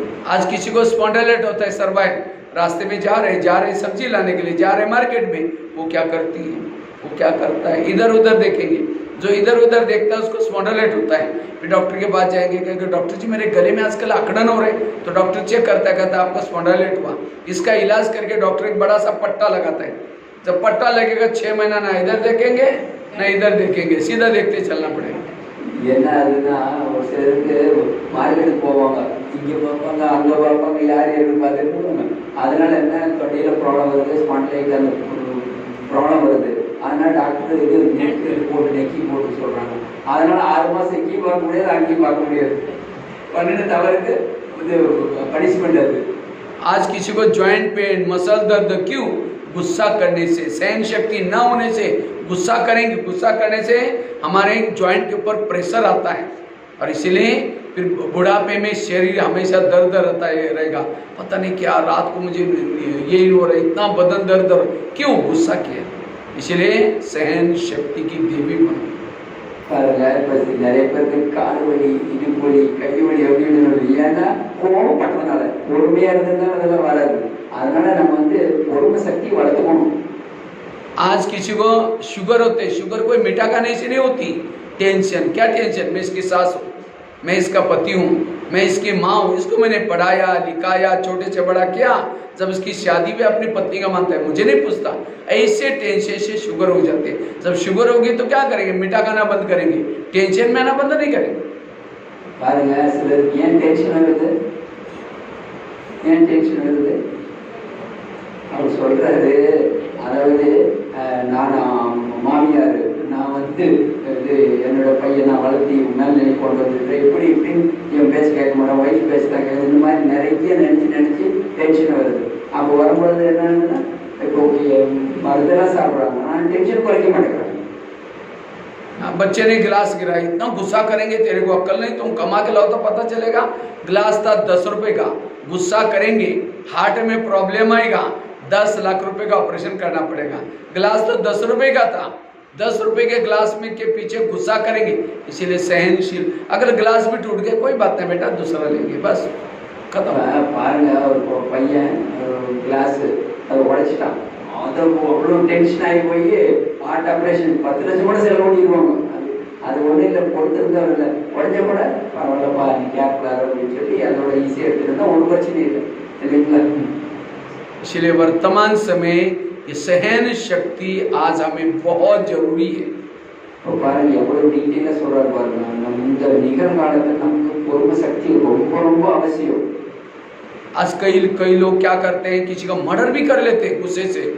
हम कहते मेरा दुश्मन खत्म हो गया, लेकिन नहीं, ये गुस्सा 1 सेकंड में हमें गुस्सा आएगा, लेकिन गुस्सा बहुत खतरनाक है। इसलिए इस सीजन में भी बाबा ने कई मुरली में कहा कि बच्चे क्रोध के ऊपर जीत प्राप्त करो, कभी भी गुस्सा नहीं करो। பாருங்க, ஒரு சில இடத்துல கோபப்பட்டு கொலை பண்ணிடுறாங்க, தொடச்சிட்டு அப்படின்னு நினைக்கிறாங்க. அந்த கோபத்தினால எவ்வளவு பிரச்சனைகள் வருது. அதனால பாபா சிவசனில் மொழியில் சொல்லியிருக்காரு, கோபத்தை வெற்றி விடுங்கள், கோபப்படாதீங்க அப்படிங்கிற பற்றி நிறைய சொல்லியிருக்காரு. இருக்காரு பாபு. मैं तो करीबन भारत के 1200 जेल में गया हूँ और जेल के बाहर एक बोर्ड लगा रहता है, जेल में जो बंदी है, काम विकार वाले कितने बंद है यहाँ, क्रोध वाले कितने हैं, लोभ लालच वाले कितने हैं, नशे वाले 70% कैदी क्रोध वाले होते हैं। பாருங்க, இப்போ நிறைய ஜெயிலில் 1500 பொண்ணும் போயிருக்கிறேன். அப்போ ஜெயிலில் பார்க்கும்போது டீட்டெயிலாக வச்சிருக்கிறாங்க. காமத்தில் எத்தனை பேர் கைதியாக இருக்கிறாங்க, கோபத்தில் எத்தனை பேர், உள்ள பார்த்தா கோபப்பட்டவங்க தான் அதிகமாகும். और आजकल पहले ज़माने में माताएं बहुत कम होती थी जेलों में, लेकिन आजकल महिलाओं के अलग से जेल खोलते जाते हैं, महिलाएं भी जेल। क्यों? गुस्सा। इसलिए माताओं को सहन शक्ति की देवी बनी। பாருங்க, முன்னையெல்லாம் பெண்கள் அவ்வளவு கைதிகள் கிடையாது. இப்போ பெண் கைதிகள் அதிகமானாலும் தனியார் பெண்களுக்கு ஜெயில் வச்சுட்டாங்க. அதனால் தாய்மார்கள் கொஞ்சம் பொறுமையை கையாளணும். பொறுமை கோபப்படக்கூடாது, கோபத்தை ஜெயில் பண்ண முடியாது. अभी मैं एक जेल में गया था जहाँ 500 महिलाएं थी। एक महिला को पूछा कि आप जेल में क्यों आए? कहते मैं कॉलेज की प्रिंसिपल हूँ। हमने कहा कॉलेज की प्रिंसिपल, आपने क्या किया? कहते मैं बहुत गरीबी में जन्म लिया, मेरे पास पढ़ने के लिए पैसे नहीं थे, फिर भी मैंने इधर उधर काम करके जॉब करके पढ़ाई किया और फिर लेक्चरर बन गई। காலேஜ் பிரின்சிபல் அவங்க சொல்கிறாங்க, லெக்சரர் சொல்கிறாங்க, நான் கஷ்டப்பட்டு எனக்கு காசு கூட இல்லை, படிக்கும்போது அங்கே வாங்கி கஷ்டப்பட்டு படித்தேன், அப்புறம் லெக்சர் ஆனேன். वो जेल की महिलाओं के जेल में गए थे, वहाँ मिली थी वो। அந்த பெண்களுடைய சிறையில் தான் அந்த அம்மாவை பார்த்தேன். அவங்க கோபப்பட்டனால தான் இப்படியாச்சுன்னு சொல்கிறாங்க கதையை. तो कहते हैं जब मैं लेक्चरर बन गई, शादी हो गई, बच्चे होते गए, तो उसके बाद फिर भी मैं मेहनत नहीं छोड़ी। मेरी मेहनत देख करके संस्था ने मुझे प्रिंसिपल बनाया। அதுக்கப்புறம் வந்து பார்த்தீங்கன்னா அவங்க கல்யாணம் ஆகிடுச்சு, குழந்தை உருவாயிடுச்சு. இருந்தாலும் என் கடன் உழைக்க முடியல. நான் திரும்ப முயற்சி பண்ணேன். என்னுடைய நிறைய பார்த்துட்டு எனக்கு பிரின்சிபல் போஸ்ட் கொடுத்தாங்க. अब जैसे प्रिंसिपल बन गई, उसको लगा मेरे अच्छे दिन आ गए, एक अच्छी गाड़ी ली, एक अच्छा सा मकान बनाया, बच्चे भी बड़े हो गए, उनकी भी शादी करवाई, बहू आई, उसको लगा मेरे अच्छे दिन आ गए। பாருங்க, அவங்க பொசிஷன் வந்துருச்சு. அதுக்கப்புறம் அவங்க வண்டி வாங்கிட்டாங்க, கார் வாங்கினாங்க, வீடு கட்டினாங்க, பையனும் குழந்தை இருந்துச்சு, அது மேரேஜ் பண்ணி வச்சாங்க, மருமகளும் வந்துட்டாங்க, எல்லாமே உருவாயிடுச்சு. तो बच्चे बड़े हो गए, उनकी शादी की, बहू आई, तो बहू तो लेकिन काकी ज़्यादा पढ़ी लिखी थी, खाना पीना ना बना नहीं जानती, तो उसको लगा अभी अभी आई बनाएगी। 8 दिन हो गया, 15 दिन हो गया, महीना हुआ, 2 महीना हुआ, 6 महीना हुआ, 1 साल, वो कुछ नहीं करती। मैडम को धीरे धीरे टेंशन शुरू हो गया। வந்தாங்க, மேரேஜ் ஆனாங்க, மருமக வந்தாங்க. அவங்க வந்து நல்ல வசதியான வீடு வந்திருப்பாங்க, சாப்பாடு சரி ஒரு 2 நாள் பார்த்தாங்க, சரி சமைக்கவே இல்லை. ரொம்ப நாள் ஆயிடுச்சு, 1 நாள் கூட ஆயிடுச்சு, சமைக்கவே மாட்டேங்கிறேன். அப்புறம் எனக்கு டென்ஷன் ஆரம்பமாயிடுச்சு, டென்ஷன் வந்துகிட்டே இருந்துச்சு. एक दिन मैडम के कॉलेज में कुछ मीटिंग थी, तो थोड़ा मैडम देरी से आई, उसको लगा बहू ने कुछ तो बनाया होगा, लेकिन वो आराम से बैठे, कहा कि बेटा तुमने कुछ बनाया? कहते मुझे कुछ नहीं आता। उसको लगता है ये क्या कारण, सबको भूखा थोड़ी मारना है। मैडम फ्रेश होकर के किचन में गई, दाल बनाई, सब्जी बनाई, चावल बनाया, रोटियां बेल रही थी। அதாவது ஒரு தடவை மீட்டிங் இருந்துச்சு, அந்த பிரின்சிபலுக்கு ரொம்ப நேரம் ஆயிடுச்சு, லேட்டாக இருந்தாங்க. சரி மருமக ஏதாவது சமைச்சு வச்சுருப்பாங்கன்னு பார்த்தாங்க. அவங்க ஒன்றுமே செய்யல, அப்படியே வந்துருக்குறாங்க. என்ன ஏதாவது செஞ்சாமா அப்படின்னு கேட்டேன்னா ஒன்றும் செய்யலை அப்படின்னு. சரி பொறுமையாக போயிட்டு கொஞ்சம் கொஞ்சமாக சமைக்க ஆரம்பித்தாங்க, ரொட்டியெல்லாம் போட்டுட்டு இருந்தாங்க. जब इतने में बहू आकर के किचन में कमर पर हाथ रख करके खड़ी हो गई। कहते आप कॉलेज में जाते, कोई बड़ी बात है क्या? वहाँ बेल बजाओ, लोग पानी ला कर देते हैं, एसी में बैठो, एक तो खाना नहीं बनाया, दोबारा ऐसे शब्द। इतना दिन का उससे टेंशन तो था ही। वही स्टील का बेलन जिसे रोटियां पका रही थी, बेल रही थी, गुस्से से फेंक के मारा, बहू के सिर में लगा, बहू ऑन स्पॉट खत्म हो गई। பாருங்க, இவங்க இவ்வளோ நாளாக அதெல்லாம் திங்க் பண்ணல. இப்போ கையை வச்சுக்கிட்டு வந்து நின்று மருமகன் வந்து காலேஜ் போயிட்டீங்க, பிரின்சிபல் ஆகிட்டீங்கன்னு பெரிய விஷயமே சொன்னாங்க. உங்களுக்கு நான் எல்லா வேலையும் பார்த்துட்டு ரொட்டியெல்லாம் போட்டுட்டு இல்லை, அந்த சீல் கட்டையிறதுலாம் போய் அடித்தாங்க, தலையில் அப்படியே ஒழுங்கு சேர்த்து போயிட்டாங்க, சரி விட்டுட்டாங்க அந்த மருமகன். पुलिस वाले पकड़ के उसको जेल में लेके गए। कोर्ट ने फैसला किया आजीवन कारावास, लाइफ टाइम कारागार में रखा। பாருங்க, இவங்களுக்கு போலீஸ் வந்தாங்க, பிடிச்சிட்டு போனாங்க, லைஃப் வரல, ஏன்னா ஆயுள் தண்டனை கொடுத்துட்டாங்க. பாருங்க, சும்மா ஒரு கோபத்துக்காக ஆயுள் தண்டனை போயிடுச்சு. तो मैडम को पूछा, मैडम आपको गुस्सा क्यों आया? कहते बहू ने मुझे टोंट मारा। मैंने कहा वो टोंट कहाँ लगा है, थोड़ा जगह दिखाएंगे? कहते भैया टोंट थोड़ी लगता है। அவங்க மேலே அவங்க கேட்டுக்கிறாங்க, அந்த பிரின்சிபலாக ஜெயிலில் இருக்கிறவங்க கேட்டுக்கிறாங்க, மேடம் உங்களுக்கு எதனால் இப்படி வந்துச்சு அப்படின்னு, எதனால கோவம் வந்துச்சு அப்படின்னு. எனக்கு கிண்டல் அடித்தாங்க, அதனால் கோவம் வந்துச்சு.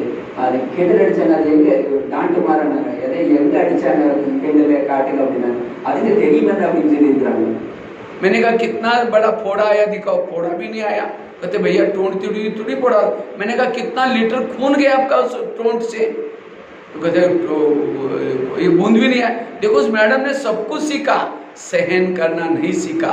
आज इज्जत गई, नौकरी गई, सब कुछ गया, अब वहाँ पड़ी है।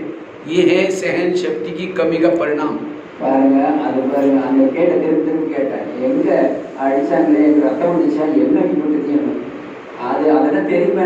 அது அப்புறம் தான் சொன்னாங்க, பொறுமை சக்தி இல்லாதனால நீங்கள் இப்படி பண்ணிட்டீங்க, அதனால உங்களுடைய மரியாதை போச்சு, உங்களுக்கு வேலை போச்சு, எல்லாம் உங்களுக்கு ஜெயிலு கிடைக்கிறீங்க, ஆயுள் தண்டனை இருக்கிறீங்க அப்படின்னு சொல்லி சொன்னார். பாருங்க, கோபத்தின் காரணத்தினால எவ்வளோ பிரச்சனைகள் வருது.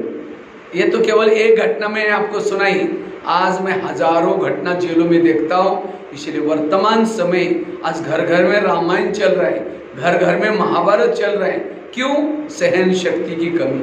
பாருங்க, நான் ஒரு உதாரணம் சொன்னேன். இது மாதிரி ஆயிரக்கணக்கான விஷயங்கள் சொல்லிட்டு இருக்காங்க. ஜெயில் போய் பார்க்கும்போது இப்போ ஒவ்வொரு வீட்லயும் ராமாயணம் நடக்குது, மகாபாரதம் நடக்குது, எல்லா பிரச்சனையும் இருக்குது. पति पत्नी का बनता नहीं, एक का मुंह इधर है, दूसरे का मुंह दूसरी तरफ है। एक ही घर में अब सब्जी चाहिए, बात तो नहीं करते, तो चैटिंग करके व्हाट्सएप से भेजेगी, जी सब्जी नहीं है, जी सब्जी लेके आओ। பாருங்க, இப்போ வீட்டில் கணவன் மனைவி ஒத்து வர மாட்டேங்குது, கணவன் ஒரு பக்கம் பாருங்க, மனைவி ஒரு பக்கம், சப்ஜி இல்லை, அதை எப்படி சொல்றதும் இல்லை, அது ஒரு மாதிரி இழுப்பறையில் போயிட்டு இருக்கு ஒரு வீடு. इसलिए वर्तमान समय सहन करना सीख लो। அதனால இந்த காலத்துல நீங்க பொறுமையா இருக்க கத்துக்குங்க. तो मेरे मैं पॉजिटिव है नेगेटिव कैसा पता चलेगा? நான் பாசிட்டிவா இருக்கேனா இல்ல நெகட்டிவா இருக்கேனா எப்படி தெரியும்? सामने से कोई व्यक्ति आ रहा है, उसको आते ही उसका चेहरा देखना पसंद नहीं करते, ऐसा मुंह करके जा रहे हैं, आप नेगेटिव है। அதாவது இப்போ நம்ம எதிரில் ஒருத்தர் வராங்க, உங்களுக்கு நெகட்டிவ் இருக்குதா என்ன நீங்க எப்படி தெரியும் அப்படின்னா, ஒருத்தர் வராங்க, அவங்கள பார்த்து ஒதுங்கி போறாங்க, என்ன அர்த்தம்? நம்மகிட்ட நெகட்டிவ் இருக்குது. कोई आपके पति की महिमा करता है, तुम्हारा पति तो बड़ा अच्छा है, हाँ तेरे को क्या पता, तुमने दूर से देखा है, वो तो राक्षस है, राक्षस में कैसी रहती है उसके साथ मुझे पता है। हाँ, अगर पति की महिमा नहीं सुन रहे आप नेगेटिव है। कई माताएं से गुस्से से बोलते हैं वो तो राक्षस है। இப்போ ஒரு மனைவி கணவனை பத்தி ஒரு பாராட்டுறாங்க, ரொம்ப நல்ல உங்களுக்கு என்ன தெரியும், எவ்வளவு ராட்சச வீட்டுல வந்து இருக்கு பாரு தெரியும், உனக்கு தோத்து இருந்து பாரு உனக்கு என்ன தெரியும் அப்படின்னு சொல்றாங்கன்னா அப்படி ஃபீலிங் வந்து என்ன அர்த்தம்? நெகட்டிவ் இருக்குது. इसलिए पति कैसा भी हो, सास कैसी भी हो, बच्चे कैसी भी हो, लेकिन आपको तो देवी बनना है। பாருங்க, கணவன் எப்படியா இருக்கட்டும், மாமியார் எப்படியா இருக்கட்டும், குழந்தை எப்படியா இருக்கட்டும், நீங்க என்ன ஆகணும்? தேவி ஆகணும். அப்போ உங்களுடைய சிந்தனை எப்படி இருக்கணும்?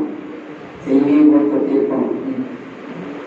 इसलिए वर्तमान समय खुद के अंदर की सहन शक्ति बढ़ाओ, सब कुछ परिवर्तन हो जाएगा, सारी समस्याओं का समाधान हो जाएगा।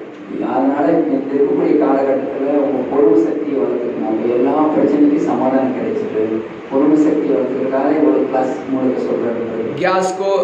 गैस के ऊपर कुकर को रखाओ, गरम होगा, गरम होते होते सीटी मारना शुरू करेगा, कुकर सीटी मारेगा तो सब्जी पकाएगा। பாருங்க, ஸ்டவ்ல அந்த அடுப்பில் வந்து உங்களுக்கு குக்கரில் வெஜிடபிள்ஸ் வச்சுட்டு நீங்கள் பயன் பண்ணிட்டீங்கன்னா ஆவி அதிகமாக விசில் அடிக்க ஆரம்பிச்சிருக்கீங்களா? अगर कुकर सीटी मारेगा तो सब्जी पकाएगा, लेकिन कोई मनुष्य सीटी मारेगा तो ये क्यों हुआ, मेरे साथ क्यों हुआ, ये ऐसा कैसा, क्यों क्यों क्यों करके नफरत आएगी, घृणा आएगी।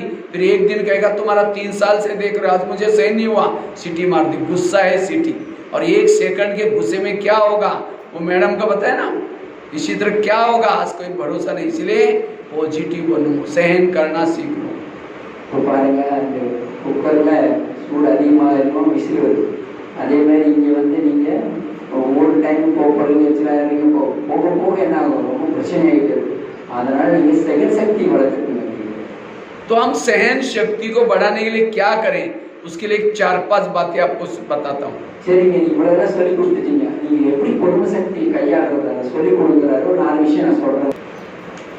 तो सबसे पहली बात है, अगर सहन करना है अगर आपको कोई कुछ भी कहता है उसको दिमाग में बार बार सोचो नहीं, उसको दिमाग से बुद्धि से निकाल दो।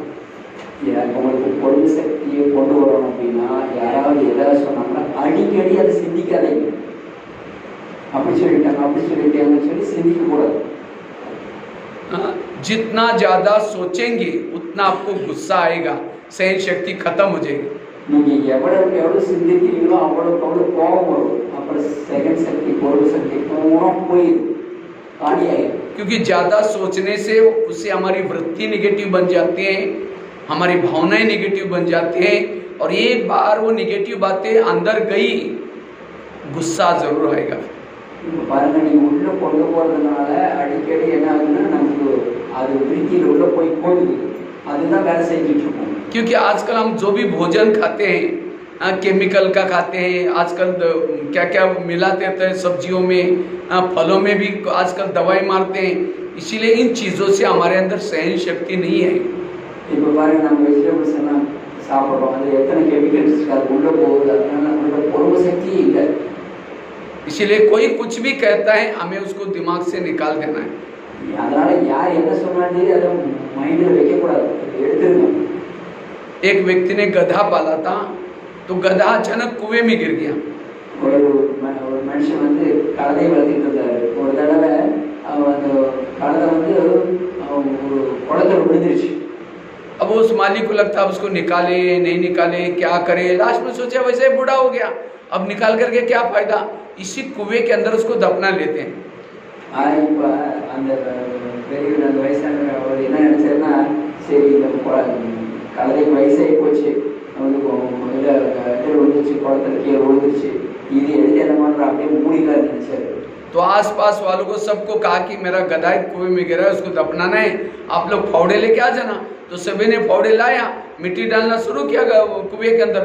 गधा तो जिंदा था, नीचे से चिल्लाना शुरू किया, कोई सुनता ही नहीं, मिट्टी डालते रहे लोग. அவர் கிராமத்தில் நல்லா கூப்பிட்டு அதை உள்ள விழுந்துருச்சு, எல்லாம் மண் போட்டு மூடிக்கலாம் வாங்கினேன் போட்டு எல்லாம் மம்மிட்டி அதெல்லாம் எடுத்து என்ன பண்ண மண் எடுத்து தள்ளிட்டே இருக்கிறாங்க. பழத்தை கத்துது, யாரு காட்டுக்கல அது மண் போட்டுட்டே இருக்கிறாங்க. गधा चिल्लाता रहा कि लेकिन कुछ सुनता नहीं, तो गधा चुप हो गया, और उसके ऊपर जो भी मिट्टी आती है ऊपर से वो झाड़ करके नीचे गिराता है, झाड़ करके उसके पेड़ के नीचे ढेर होता गया, एक एक पाँव ढेर रखते कुएं से बाहर आ गया. गधा समझदार था. பாருங்க, மண்ணெல்லாம் போட்டுட்டே இருந்தாங்கல்ல, மண் மேலே விழுவலையா, அதை உதிர்த்திட்டு காடு கீழே மண் போட்டுட்டே இருந்தது. அப்போ கொஞ்சம் கொஞ்சம் மேலே வந்துச்சு, வழி வந்துச்சு. अब वो मिट्टी डालने वाले सोचे कि मर गया करके पीछे मुड़ के गधा तो ऊपर, वो सोचे ये कैसे हो गया, कि उसने मिट्टी को झाड़ दिया. इसी तरह आज हमें भी लोग मिट्टी डालेंगे, ये इसी है, ये कुछ नहीं करती, जितना हम चिल्लाएंगे सोचेंगे और ही दब जाएंगे. इसीलिए रोज रात को सोते समय सारा दिन लोग बोलेंगे ये ऐसी है वैसी है, रात को सोते समय सारी बातों को झाड़ करके फिर सो जाओ. பாருங்க, அந்த கழுதை பேசாம மண் விழுந்துச்சு, உதறி விட்டுட்டு அப்படியே மேலே வந்துட்டே இருந்தது. அதே மாதிரி உங்களுக்கு யார் 4 மணிக்கு என்ன சொல்லியிருந்தாலும் சரி, இவங்க இப்படி அவங்க இப்படி எதை சொல்லியிருந்தாலும் சரி, நைட் படுக்கிறதுக்கு முன்னாடி எல்லாம் ஒரு உதற விட்டுட்டு படுத்துருக்க. झाड़ दो एक बार, ஒரு தடவை உதறி விட்டுருங்க, झाड़ो. நல்லா உங்களுக்கு மறந்துடுவீங்க அப்படின்னு. कई कहते भाई जी झड़ती नहीं, बहुत कड़वी बोली, जिसका भला किया उसने बोली. तब दिल में लगता है संसार का नियम है, जिसका भला करेंगे वही आपका बुरा करेगा. அதாவது இந்த இது வந்து கம்ப்ளைண்ட் பண்ணுறாங்க, இப்படி பண்ணுறாங்க அப்படி பண்ணுறாங்க, அதெல்லாம் பண்ணதான் செய்வாங்க. இன்னைக்கு யார் எந்த அளவுக்கு உதவி விட்டுட்டு போகிறீங்களோ உங்களை ஒன்றும் பண்ணாதது. संसार का नियम है, जिसका भला करेंगे वही आपका बुरा करेगा. इसलिए पॉजिटिव என்ன அப்படின்னா, யாருக்கு நீங்கள் நல்லது செய்கிறீங்களோ அவங்க தான் இது செய்வாங்க, நிந்தனை செய்வாங்க. इसलिए कभी भी हमें कोई कुछ भी बोलता है पॉजिटिव बनो, सकारात्मक बनो. யார் என்ன செஞ்சாலும் சரி நீங்கள் என்ன பண்ணணும், அதனால நீங்கள் என்ன பண்ணணும், பாசிட்டிவ் தான் நினைக்கணும். என்ன நடந்தாலும் சரி பாசிட்டிவ். பிரதர் ஒரு பாசிட்டிவ் விஷயத்தை ரொம்ப எக்ஸாம்பிள், அவர் லைஃப்பில் நிறைய விஷயம் நடந்திருக்கு. कोई कुछ भी कहता है उसको बातों को झाड़ दो. आज कईयों को लगता है मेरा बेटा है जिसको मैंने पढ़ाया लिखाया, कितनी मेहनत की, और आज जब मेरे साथ ऐसा व्यवहार करता है तो मुझे सहन नहीं होता, मुझे बड़ा गुस्सा आता है. आज जिस बाबा ने हमको पढ़ाया, देवी देवता बनाया, ज्ञानी बनाया, द्वापर में सतयुग में जाने के बाद उसको याद किया, तो बाबा ने सोचा, गुस्सा किया।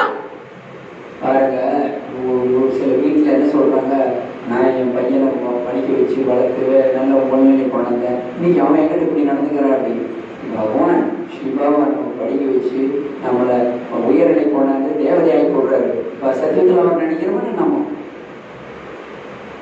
बाबा तो रात रात बैठ करके बाबा नाइटेல்லாம் உட்கார்ந்து जैसे आपने अपने बेटे को पढ़ाया लिखाया और जब उसकी बड़ा होने के बाद शादी हो गई है, सभी को पड़ोसी वालों को बोला, आपको बुलाए नहीं तो आपको टेंशन आएगा ना।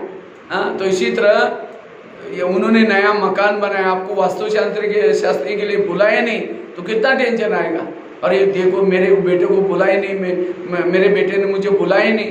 हाँ, लेकिन जिस बाबा ने हमको पढ़ाया, देवी देवता बनाया, ज्ञानी बनाया, सतयुग में हम सोने के महल में गए, बाबा को बुलाया, बाबा आज हम सोने के महल में प्रवेश किया, आपने मुझे पढ़ाया इसीलिए सोने का महल मिला, भोग लगाया, तो बाबा को आया। तो इसलिए संसार का नियम है, जिसका भला करेंगे वही आपका बुरा करेगा।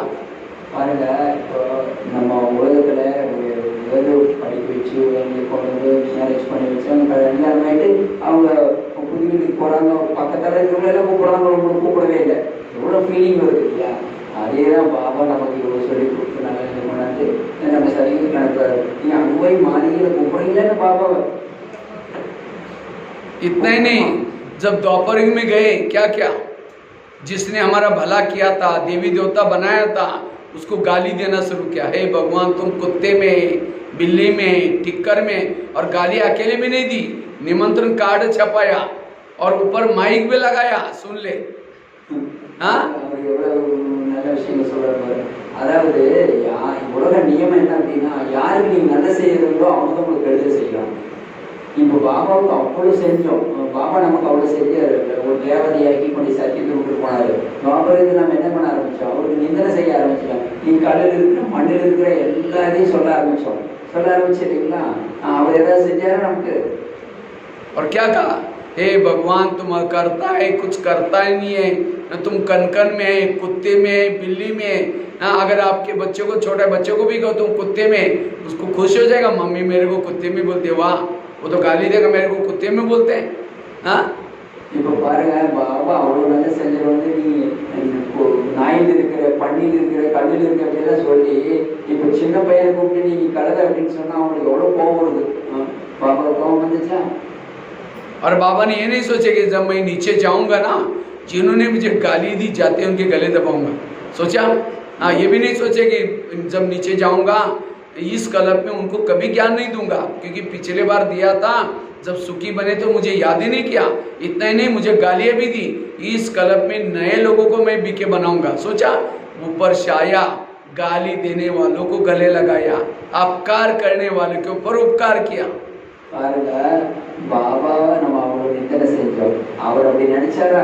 நான் எப்போ நான் மண்ணுலகத்தில் உடல் எடுக்கணும், அப்போ வந்து நான் பார்த்துக்கிறேன், எனக்கு இவ்வளோ நிந்தனை பண்ணாங்களே, இவ்வளோ இவங்களெல்லாம் மேலே சத்தியத்தில் ஓடி விட்டாங்க, இவ்வளோ நிந்தனை பண்ணாங்க, இவங்களுக்கெல்லாம் நான் கொடுக்க மாட்டேன், இந்த பிக்கே விட்டு வேற புதுசாக ஆளை பிடிச்சி அவங்களுக்கு ஞானம் கொடுத்து நினைச்சாரா? பாபா நினைச்சாரா? इसलिए बाबा केवल ज्ञान सुनाता नहीं है, आपका ऊपर उपकार करो, दया करो, क्षमा करो, शिव भावना, बाबा ने किया है ना। हाँ, आपको तो दो चार लोग गाली देते होंगे, लेकिन बाबा को सारी दुनिया के लोगों ने गाली दी, इसलिए सारी दुनिया उसके भगत बन गए। इसलिए हमें सहन करना सीखना है।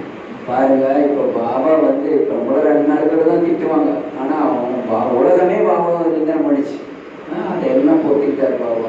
இன்னைக்கு எல்லாத்துக்கும் அன்பு காட்டாரு, அப்பகாரி ஒவ்வொரு உபகாரம், அதாவது கெடுதல் செஞ்சவங்களுக்கு நல்லது செய்யாது. அப்போ நீங்கள் பொறுமை சக்தியை கையாண்டு நீங்கள் முன்னுக்கு வாங்க அப்படிங்கிற. बाबा सबका प्यारा क्यों बना? क्योंकि उसके पास सहन शक्ति है। अगर आपके भी सबको प्यारा बनना है, सबसे प्यारे बनना है, तो हमें सहन शक्ति को अपनाना है। பாருங்க, பாபாவை எல்லாருக்கும் ஏன் பிடிக்குது, அவர் எல்லாத்தையும் பொறுத்துக்கிட்டார், நல்லதான் செஞ்சார். அதே மாதிரி நீங்கள் பொறுத்துக்கிட்டீங்க அப்படின்னா உங்களை எல்லாருக்கும் பிடிக்கும். அதனால सहन शक्तिயை கொண்டு வாங்க வாழ்க்கையில். दूसरी बात है, सहन शक्ति के लिए क्या करो? कर्म गति को याद रखो। जो कर्म गति को याद रखता है उसके पास सहन शक्ति आएगी। இன்னொரு விஷயம், நீங்க கர்மத்துடைய ரகசியத்தை முதலில் வையுங்க, அப்ப ஆட்டோமேட்டிக்கா பொருள் சக்தி வரும்। कभी कभी हम कहते हैं मैं इसके रास्ते में कभी गई नहीं, मैंने इसका बुरा कुछ किया नहीं, फिर भी ये मेरे साथ ऐसी क्यों करती है। टाली कभी एक हाथ से नहीं बजती, टाली के लिए दो हाथ चाहिए। इसी तरह अगर कोई व्यक्ति मेरे साथ उल्टा सुल्टा करता है, इसका मतलब मैंने भी उसके साथ कभी किया था। இப்போ பாருங்க, ஒரு சிலர் வந்து நம்மளை அவங்க வீட்டுக்கு போனதில்லை, அவங்களுக்கு ஒன்றும் தொடரவே இல்லை, ஆனால் நம்மளை நிந்தனை பண்ணிட்டு இருக்காங்க, டிஸ்டர்ப் பண்ணிட்டு இருக்காங்க அப்படின்னா ஏன் அப்படின்னா ஒரு கையில் தாளம் வராது, ரெண்டு கையும் தட்டினா தான் சத்தம் வருது। அதே மாதிரி நான் எதை செஞ்சிருப்பேன், அதனால தான் அது வருது இல்லைங்களா। एक ड्रामा की बहुत बड़ी सीक्रेट बात आपको सुनाता हूँ। आपके घर के जितने भी लोग हैं, चाहे आपका पति है, आपकी सास है, आपके बच्चे हैं, या आपको कोई देने के लिए है, कोई आपसे लेने के लिए है। பாருங்க, உங்களுக்கு ஒரு பெரிய கர்மாவுடைய ட்ராமாவுடைய சீக்கிரட்டை சொல்கிறேன்। உங்கள் வீட்டில் இருக்காங்க அப்படின்னா, அவங்க வீட்டில் கொஞ்சம் பேர் இருக்காங்கன்னா, அவங்க ஏதாவது கொடுக்கறது வருவாங்க, இல்லை ஏதாவது எடுக்கிறது வருவாங்க, அந்த மாதிரி தான் ஓடிக்கிட்டு இருக்குது இப்போ। इसलिए आज आपको जो बच्चे मिले हैं, कई कहते माता इतनी परेशान है, गुस्सा आता है, मेरा सुनते ही नहीं है। क्यों नहीं सुनते हैं? क्योंकि पिछले जन्म का आपका उनके साथ का हिसाब है, और ये सभी का अंतिम जन्म है। उसके बाद हमें कोई जन्म लेने वाले नहीं है। हमारे जो भी 84 जन्म 63 जन्म के हिसाब है, यहाँ चुप्त करना है। इसलिए कभी भी डिस्टर्ब नहीं होना, सहन शक्ति की देवी बनना है। பாருங்க, ஒரு சில குழந்தைங்க சொன்ன பேச்சு கேட்கவே மாட்டேங்குது, என் பேச்சே கேட்க மாட்டேங்கிறாங்க, என் பேச்சே கேட்க மாட்டேங்குது। ஏன் அப்படி வந்து நீங்க ஒரு பிறவியில் அவங்க பேச்சு கேட்கவே இல்லை, அதனால தான் இங்கே கணக்கு வருது। அதனால எதுலையும் டிஸ்டர்ப் ஆகாதீங்க, நீங்க என்ன பண்ணிக்கணும், பொறுமையினுடைய அவதாரமாய் பொறுத்துக்கணும், அதை தான் செய்யணும், வேற ஒன்றுமே செய்ய முடியாது। वर्तमान के मेरे प्रॉब्लम मेरे ही कोई पिछले जन्मों का कर्मों का हिसाब है। अगर पति तंग करता है तो योग में बैठेंगे तो क्या कहो, बाबा आज मेरा बहुत हिसाब चुप्त हो गया, थैंक यू। कल भी उसको जरूर बोलना कि अच्छी तरह तंग करना। யாராவது உங்களுக்கு டிஸ்டர்ப் பண்ணுறாங்க, கணவன் வந்து ரொம்ப தொல்லை கொடுக்குறாரு அப்படின்னா, முன்னாடி இருந்த கணவனுடைய கணக்கு அன்றைக்கி நைட்டு பாபான்னு சொல்லுங்கள், பாபா ரொம்ப டிஸ்டர்ப் பண்ணாரு, தேங்க்ஸ், கணக்கு செட்டில் ஆகிடுச்சு அப்படின்னு சொல்லுங்கள்। நாளைக்கு இங்கே நிறைய பிரச்சனை வருது, செட்டில் ஆகிருக்கு அப்படின்னு சொல்லி நீங்கள் பாபாட்ட சொல்லுங்கள்। अगर हिसाब किताब यहाँ चुप्त नहीं करेंगे तो धर्मराजपुर में डंडे खाने पड़ेंगे। इसलिए सहन करना में अच्छा है, फायदा है। நீங்கள் இங்கே கணக்கு வழக்கு சரி கட்டினா தர்மராஜபுரியில் ரொம்ப செட்டில் பண்ண வேண்டியது, அதனால நல்லது, இங்கே செட்டில் பண்ணுங்க। कभी कभी तो हम कहते हैं भगवान तुमने भी आंखें बंद किया क्या, मैं इसका इतना काम करती हूँ, मैं ये करती हूँ, तो भी ये पति ऐसा बोलता है, सास ऐसी बोलते हैं, ये मेरे पिछले जन्मों के हिसाब है। பகவான் என்ன சொல்கிறாங்க, பகவான் நான் வந்து இவ்வளோ கொடுத்துக்கிறேன், இவ்வளோ செய்கிறேன், அப்போ கூட என்னை வந்து இப்படி டிஸ்டர்ப் பண்ணுறாங்க, கணவன் இப்படி பண்ணுறான், மருமகன் இப்படி பண்ணுறான், இப்படி இருக்குது அப்படின்னு சொல்கிறாங்க। ஆனால் இது வந்து பழைய செல்வத்துடைய கணக்கு கொடுத்து தான் ஆகணும்। इसलिए अपनी समस्या को स्वीकार करो। आपकी अपनी, कईयों को लगता है मेरे जीवन में ज़्यादा प्रॉब्लम है, पड़ोसी ने कितना सुखी है, उसके प्रॉब्लम अलग है, आपके प्रॉब्लम अलग है। इस दुनिया में प्रॉब्लम सबके पास है। இந்த உலகத்தில் எல்லாத்துக்கிட்டையும் பிரச்சனை இருக்குது, அதாவது என் குடும்பத்தில் இப்படி இருக்குது அப்படின்னா அவங்க குடும்பத்தில் இருக்கிற பிரச்சனை வேற, அடுத்தவங்க குடும்பத்தில் இருக்கிற பிரச்சனை வேற, நீங்கள் இதெல்லாம் பார்க்கக்கூடாது। एक माता जी रोज घर के बाहर आते हैं, ऊपर भगवान को की तरफ देख करके कहते, भगवान मुझे कितना आपने दुख दिया, कितना परेशान किया, बाकी सारे लोग कितना सुखी है, भगवान बहुत गाली देते रहते। ஒரு மாதாஜி எப்போ பார்த்தாலும் வெளியே வரும்போது பகவான் நீங்கள் நிறைய துக்கம் கொடுத்துட்டார் அப்படி இப்படி திட்டிகிட்டே இருப்பாங்க, திட்டிகிட்டே இருப்பாங்களா எப்போ பார்த்தாலும்। तो एक दिन भगवान उसके सामने प्रकट हो गए, कहता माता तुमको ज़्यादा दुख है ना, तुम अपने दुखों की सारी बातें चिट्ठियों पर लिख दो, क्या क्या तुम्हारा दुख है, और उस सारी चिट्ठियों को बंद करके एक गठड़ी बनाओ, और उसी गठड़ी को गाँव के बाहर एक बड़ का पेड़ वहाँ टांग के आ जाओ। तुम्हारा जाना है ना, तुम्हारी सारी बातें लिख करके चिट्ठियाँ बना दो, उसी चिट्ठियों को गठड़ी बना दो, और जा करके उस बड़ के पेड़ को टांग देना। लेकिन उसी बड़ के पेड़ के ऊपर बहुत सारे और भी दुखों की गठड़ी है, तुमको जो भी पसंद है वो लेके आना, तुम्हारा वहीं छोड़ देना, और तुमको जो भी पसंद है वो लेके आना, क्योंकि तुम दुखधाम में रहते हो तो दुख तो जरूरी है। तो माता बड़ी खुश हो गई, सारी बातें अपनी चिट्ठी पर लिखी, मुझे पति तंग करता, सास ऐसी है, ये सारी दुख की और उस चिट्ठियों को गठरी बनाई, जा करके छोड़ के आई। लेकिन जब दूसरे के लाने के लिए सोचते हैं, उसको लगता है ये लूँ या ये लूँ, ये लूँ, ये लूँ, आखिर एक लेकर के आने लगी। பாருங்க, ஒரு மாதாஜி நிறைய பிரச்சனை படிச்சதுனால ஒரு நாள் பகவான் அவங்க முன்னாடி வச்சார். அம்மா, உங்களுக்கு என்னென்ன பிரச்சனை இருக்குதோ எல்லாம் எழுதி கொடு சீட்டில் எழுதி மடித்து ஒரு மூட்டையாக கட்டி கொண்டு ஒரு ஆழமாக இருக்கிறது தொம்பிட்டுரு அப்படிங்க. தொம்பிட்டு அடுத்து நீ என்ன கொண்டு அந்த மாதிரி நிறைய பேர் கொண்டு தொம்பிட்டுருக்குறாங்க. அதுலேருந்து ஒரு சீட்டு எடுத்துக்கோ அப்படின்னு. அப்புறம் வரது இந்த அம்மா அந்த மாதிரி எல்லாம் எழுதி, அம்மா மரபு இப்படி பண்ணுறேன், கணவர் இப்படி பண்ணுறேன் எல்லாம் எழுதிட்டு அதை கொண்டு போய் மூட்டையை கட்டி கொண்டு ஆலமரத்தில் கட்டிட்டு அப்புறம் எதை எடுக்கலாம்னு ஒரே குழப்பம். கடைசி ஒரு சீட் எடுத்துட்டு வராங்க வீட்டுக்கு.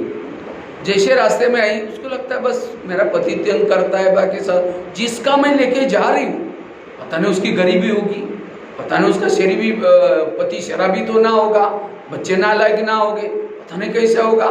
वो वापिस गई, वो छोड़ दिया और अपना ही उठा के लेके आते. அதாவது இவங்களுக்கு எத்தனையோ பிரச்சனை இருந்தது, அது இது நல்லா போய் விட்டுட்டாங்க. அடுத்த ஒரு பிரச்சனை தெரியல, அதே பார்த்தானே என்ன இருக்குமோ தெரியல. கணவன் வேற ஒரு தொடர்பு போறான், பையன் மோசமானவனா இருப்பானா, என்ன இருக்குதோ அதை எடுத்துட்டு போறாங்க அவங்க. इसलिए आज अपना दुख जानी पहचान वाला है. हर एक के जीवन में कोई ना कोई प्रॉब्लम समस्या जरूर है. इसलिए अपने दुखों को क्या करो, स्वीकार करो. और ये दुख किसी लिए आगे बढ़ाने के लिए. பாருங்க, இப்போ உலகத்துல எல்லாருக்கிட்டையும் ஏதாவது ஒரு பிரச்சனை துக்கம் இருக்கதான் செய்யுது. உங்களோட நீங்க ஏத்துக்குங்க. அதே மாதிரி நம்மளை ஏத்துக்கிட்டு அதை ஒட்டி தான் நம்ம போகணும். और वर्तमान का हमारा दुख है ये हमारे पिछले जन्मों के कर्मों का फल है. இப்ப நமக்கு வந்திருக்கிற துக்கம் முன் ஜென்மத்தினுடைய கணக்கு பிரகாரம் தான் வந்திருக்குது. भगवान किसी को दुख नहीं देता, भगवान और ही दुखों से निकालने की कोशिश करता है. भगवान யாருக்கும் துக்கம் கொடுக்கிறது இல்ல, உங்களை துக்கத்திலிருந்து விடுவிக்கிறதுக்கு தான் முயற்சி பண்றாரு. एक छोटा बच्चा था मुंबई में, मम्मी के साथ रहता था. ஒரு சின்ன குழந்தை மும்பைல அம்மா கூட இருந்தாரு. तो उसके भाई नहीं थे, बहनें नहीं थी, पापा जी भी शरीर छोड़ा था, पिताजी भी नहीं थे, बच्चा और मम्मी थी और झोपड़ी में रहते थे, गरीबी थी. मम्मी जो रोज मजदूरी का काम करने के लिए जाती है, तो एक दिन बच्चा भी उसके पीछे पीछे जा रहा था. ஒரு அம்மா குழந்தை, அவன் கணவன் இறந்துட்டாரு, மூத்த பையன் இறந்துட்டாங்க. அவர் ஏழ்மையில் இருக்கிறாங்க, ஜோடி குடிசையில் இருக்கிறாங்க. ஸோ அப்போ நம்ம கூலி வேலைக்கு தான் போவாங்க. ஒரு நாள் அந்த குழந்தைய அம்மாவோட கூலி வேலைக்கு போச்சு. जब जा रहा था तो अचानक उसने गुब्बारे वाले को देखा, एक गुब्बारे बेच रहा था. तो बच्चा क्या करता है, गुब्बारे लेने के लिए दौड़ा. तो माँ को लगा इसको कुछ होना चाहिए, क्योंकि 4 लेन हाईवे था. तो माँ उसको पकड़ने के लिए दौड़ी, एक पीछे से कार आई जोर से, माँ उसके अंदर खत्म. பாருங்க, வழியில் போகும்போது ஒரு பலன் வெட்டிட்டு இருந்தாங்க.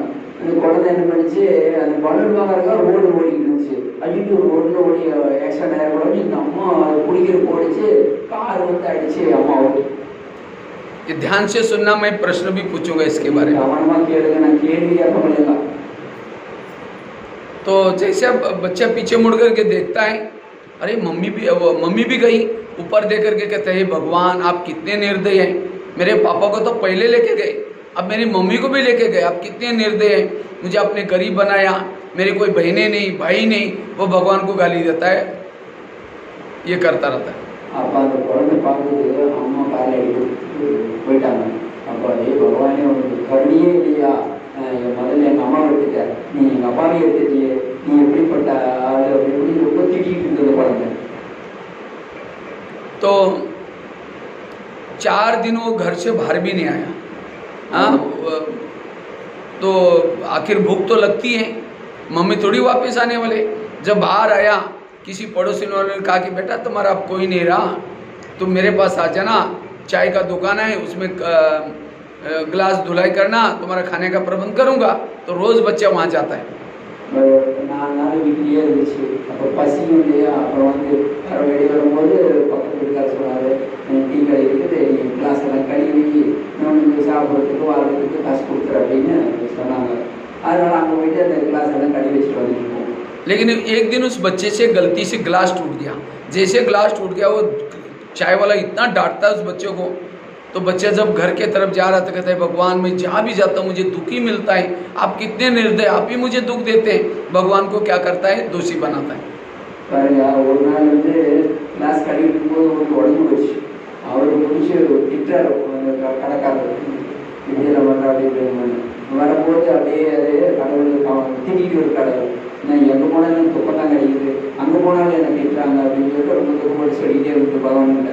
எப்போ பார்த்தாலும் பகவானை திட்டிகிட்டே இருந்துச்சு. तो एक दिन जब वो जा रहा था, किसी ने कहा ये झोपड़ी तुम्हारी मम्मी की दूध खाली कर, अब रहने का भी प्रॉब्लम आया. ஒரு நாள் அந்த இது வந்து இங்கே இருக்கக்கூடாது, இந்த குடிசை கூட காலி பண்ணணும், இது இருக்கக்கூடாது அப்படின்னு சொல்லி சொல்கிறாங்க. இருக்கிற இடத்துல கூட பிரச்சனை வந்துருச்சு.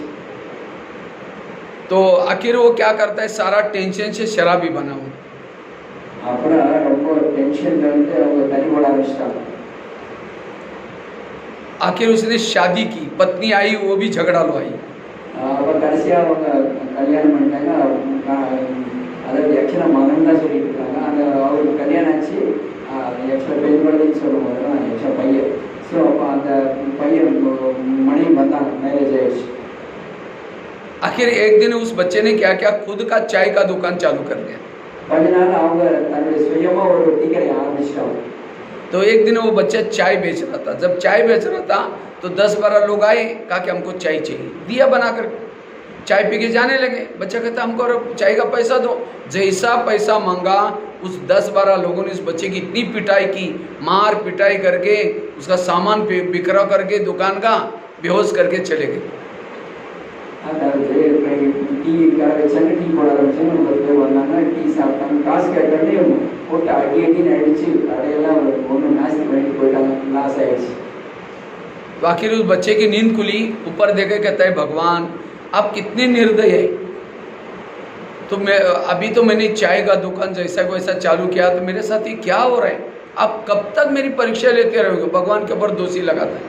அவர் மயக்கம் போட்டாங்க. எந்திரிச்சு பார்த்தாரு, பகவான் எனக்கு ஏன் இவ்வளோ கஷ்டத்தை கொடுக்குறேன், இதுலேயும் இவ்வளோ பிரச்சனை வந்துருச்சு அப்படின்னு சொல்லி இதுவும் போச்சு, வியாபாரம் போச்சுன்னு சொல்லி ரொம்ப அவர் திட்டாரு. आखिर वो क्या करता है, वापिस आता है. उसको लगता है मेरी पत्नी तो को सुनाऊंगा तो थोड़ा कुछ सहयोग देगी. पत्नी को जैसा बोला, पत्नी और ही गुस्सा करते, तुमने उनको कुछ बोला होगा, तुम ही ऐसे हो, और दुखी होकर के रात को सो रहा था. அப்புறம் சரி ஒய்ஃப்கிட்ட போய் சொல்லலான்னு சொல்லிட்டு அந்த கடை வச்சுருந்தாருன்னு அவர் ஒய்ஃப்னு சொல்லலான்னு போய் சொல்கிறாரு.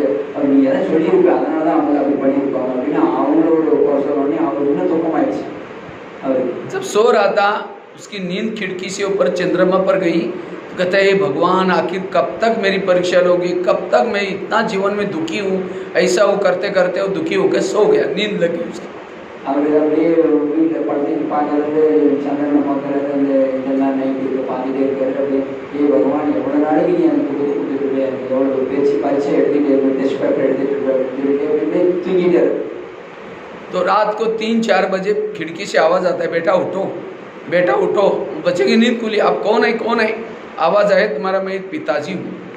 அதாவது தூங்கிட்டாருல அவர் நைட்டு.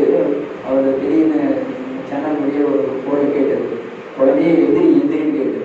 அப்புறம் வந்து யார் எதுக்கு கேட்குறேன், நம்மளுடைய அப்பா அப்படின்னு சொல்லுது. कहता मेरा पिताजी वो तो पहले मरा हुआ है. नहीं, मैं तुम्हारे आत्मा का पिता परमात्मा हूँ. कहता है अच्छा भगवान मैं आपसे बातें नहीं करूँगा, आपने कितना मुझे दुख दिया. फिर कहता है बेटा ये मैंने कुछ नहीं दुख दिया, ये तो सब तुम्हारे कर्मों का परिणाम है. चलो मैं तुम्हारा पिछला जन्म दिखाता हूँ. उस बच्चे का हाथ पकड़ करके एक महल के पास लेके गए. அதாவது அந்த சொல்லணும், உங்கள் அப்பான்னு சொன்னல, இல்லை எங்கள் அப்பா தான் இறந்து போயிட்டாரு, அப்பாவும் இல்லை அப்படின்னு. இல்லை உன் ஆத்மாவுடைய அப்பா பரமாத்மா வந்திருக்கு அப்படிங்கிறாரு. நான் உங்கள்கிட்ட பேச மாட்டேன், நீ தான் நிறைய எனக்கு துக்கத்தை கொடுத்துட்டியா அப்படிங்கிறது. இல்லை இல்லை அது கர்மத்தினுடைய விளைவு தான் அது, நீ வா அவனை கூட்டிகிட்டு போகிறது சொல்லிட்டு மாளிகைகிட்ட கூட்டிகிட்டு போகிறது, நான் அவனை தமிழ்நாட்டில் கூட்டிகிட்டு போகிறேன். तो बच्चा कहता है भगवान आप मुझे पिछले जन्म में लेने जाने वाले थे, ये मैं महल के पास कहाँ लाया, चलो मैं दिखाता हूँ करके अंदर लेके गए. அப்புறம் முந்திரி காட்டார் மாளிகைக்கு முன்னாடி கொடுத்துருக்கு. எனக்கு ஒன்று தெரியுது, மாளிகைக்கு முடியாது கேட்டு ஒன்று எல்லாம் சொல்கிறேன், மாணவர்கள் கூட்டிகிட்டு மாளிகைக்கு வாங்க வீட்டுக்குள்ள கூட்டிகிட்டு போகிறாரு. जैसे अंदर गए, कुछ सिपाही कैदियों को चाबुक से मार रहे थे. तो बच्चा पूछता है भगवान इनको क्यों मारा जा रहा है. तो भगवान ने कहा इनके राजा ने उनको पकड़ करके मारो करके ऑर्डर किए. अब सिपाही की क्या गलती है. लेकिन भगवान ने कहा ये कैदी कौन है पता है, जिस 10-12 लोगों ने तुम्हारी पिटाई की थी उनका पिछला जन्म है. कि फिर कहता मारना चाहिए, बड़े खराब थे. இப்போ அங்கே அவருக்கு வந்து அடிச்சிட்டு இருக்கிறார் சிப்பாய், ரொம்ப அடியாக அடிச்சிட்டு இருக்காரு. ஏன் அவங்க அடிக்கிறாங்க, ராஜாவுடைய ஆள் அடிக்க சொல்லி அடிச்சுட்டு போனவங்க, நீ தான் அவங்கள அடிச்ச, அதனுடைய கணக்கு இப்போ வந்து அடிச்சுட்டு போறாங்க. जैसे आगे गए, मंत्री बैठे थे, राजा बैठा था, मदिरा पी रहे थे, शराब पी रहे थे। एक बच्चे से ग्लास मंगवाया था, बच्चा थोड़ा देरी से आया, राजा उसको डांटता है, जैसे डांटा बच्चा घबरा गया, ग्लास टूट गया और डांटता है। वो बच्चा पूछता है भगवान ये राजा उस बच्चे को क्यों डांट रहा है, छोटे बच्चे को। भगवान ने कहा राजा का स्वभाव ही ऐसा है। लेकिन भगवान ने कहा ये बच्चा कौन है पता है, जिस चाय वाले ने तुमको डांटा था उसका पिछला जन्म है। फिर कहता मारना चाहिए बड़ा खराब, डांटना चाहिए बड़ा खराब था। அதாவது அந்த காட்சி அதுக்கு அடுத்து போயிட்டு இருக்காரு. ராஜா அப்புறம் மந்திரியெல்லாம் கொஞ்சம் மதுவானம் குடிச்சிட்டு இருக்கிறாங்க. அப்போ வந்து உங்களுக்கு கிளாஸ் எடுத்துட்டு வச்சோன்னா அந்த பையன் ரொம்ப லேட்டாக எடுத்துகிட்டு வருவான். அதில் அது திட்டும் போது அது உழுந்து உடஞ்சி போயிடுது. ஸோ இந்த காரியம் யார் செஞ்சது? ராஜா ராஜா ஒரு चाय का दुकान का मालिक, वो जो बच्चा था जिसको डांटा था वो चाय का मालिक था। और யார் திட்டினாங்களோ அவர் வந்து டீ கடையில் ஓனர். जैसे आगे गए, नीचे अंडरग्राउंड में एक व्यक्ति बैठा था और कपड़े फटे थे, चारों तरफ से चेन से बेड़ियाँ डाली थी, उसको खाना सामने पड़ा था। तो बच्चा पूछता है भगवान ये कौन है अंडरग्राउंड में इतना दुखी व्यक्ति। कहा कि राजा का बड़ा भाई है। कहता राजा का बड़ा भाई, उसके साथ ऐसी व्यवस्था। कहा कि ये राजा बनने वाला था, ये बड़ा है, लेकिन जो कुर्सी पर बैठा है राजा, अपने को कुर्सी लेने के चक्कर में अपने भाई को देशद्रोही बनाया और उसको अंडरग्राउंड में रखा हुआ ऐसा। लेकिन भगवान ने कहा ये कौन है पता है, तुम्हारी पत्नी का पिछला जन्म। அங்கே போகும்போது ராஜாவுடைய அண்ணன் அங்கே உள்ள பாதாள சிறையில் வச்சுட்டு சங்கிலி போட்டு கட்டிட்டு சாப்பாடு கொடுத்துருக்காங்க, படம் கொடுத்துருக்காங்க. இப்போ கேட்குறாங்க என்ன இப்படி இதுன்னு கேட்கும்போது, இப்போ இந்த அதாவது இவருடைய பத்தினி என்ன இஷ்ட பத்தினி அவங்களுடைய மனைவி தான் இது இப்படி அவர் ராஜ்யத்தை அடையணுங்கிறதுக்காக அவரை பூட்டி கட்டி வச்சு தொடர்பு கொடுத்துட்டு இப்படி ஆயிருக்கிறாங்க அப்படின்னு அந்த காரணத்தை சொல்கிறாங்க. முன்பிரிவில் இப்படி இருந்தனால இப்போ இந்த பிரிவில் இப்படி ஆச்சு. इसका मतलब वो जो बच्चा इतना दुखी बनाता पिछले जन्म में कौन था, प्रश्न ही है। जिन्होंने ध्यान से सुना उसको जवाब आएगा इसका। இப்போ அந்த குழந்தை ஏன் அவங்களை துக்கம் பண்ணது புரிஞ்சுக்கிட்டு இருக்காங்க. முன்பிரிவில் அவங்க செஞ்ச கர்மத்துடைய மூலிகளை இந்த பிரிவில் வந்து தேடிச்சது. யாராவது தெளிவாக சொல்ல முடியுமா? कौन था? குழந்தை யாரு? नींद में सुनाए तो कहाँ पता चलेगा कौन था? राजा। पिछले वो जो बच्चा था इतना गरीब बना था, पिछले जन्म में राजा था। राजा बन करके उसने उस कैदियों को मरवाया, वही कैदी चाय पीने के बहाने आए और वो राजा गरीब बच्चा बना और अपना हिसाब ले लिया। இந்த பையன் இல்லையா அந்த அம்மாவோட போகும்போது அம்மா இறந்துட்டாங்க, அதுதான் ராஜாவாகும். இந்த கைதி போட்டு அடித்தாங்க இல்லைங்களா, அந்த கைதி தான் அந்த 10 பேர் வந்து என்ன பண்ணாங்க, கிளாஸ் அதாவது ஒரு சண்டை போட்டு டீ சாப்பிட்டு காசு கொடுக்காம அடிச்சு நோக்கி எடுத்துட்டு போனவங்க. और उस राजा बन करके उस छोटे बच्चे को डांटा, वही छोटा बच्चा चाय ओनर बना और वो राजा गरीब बच्चा बन कर गया। वो समय डांट करके अपना हिसाब पूरा कर किया।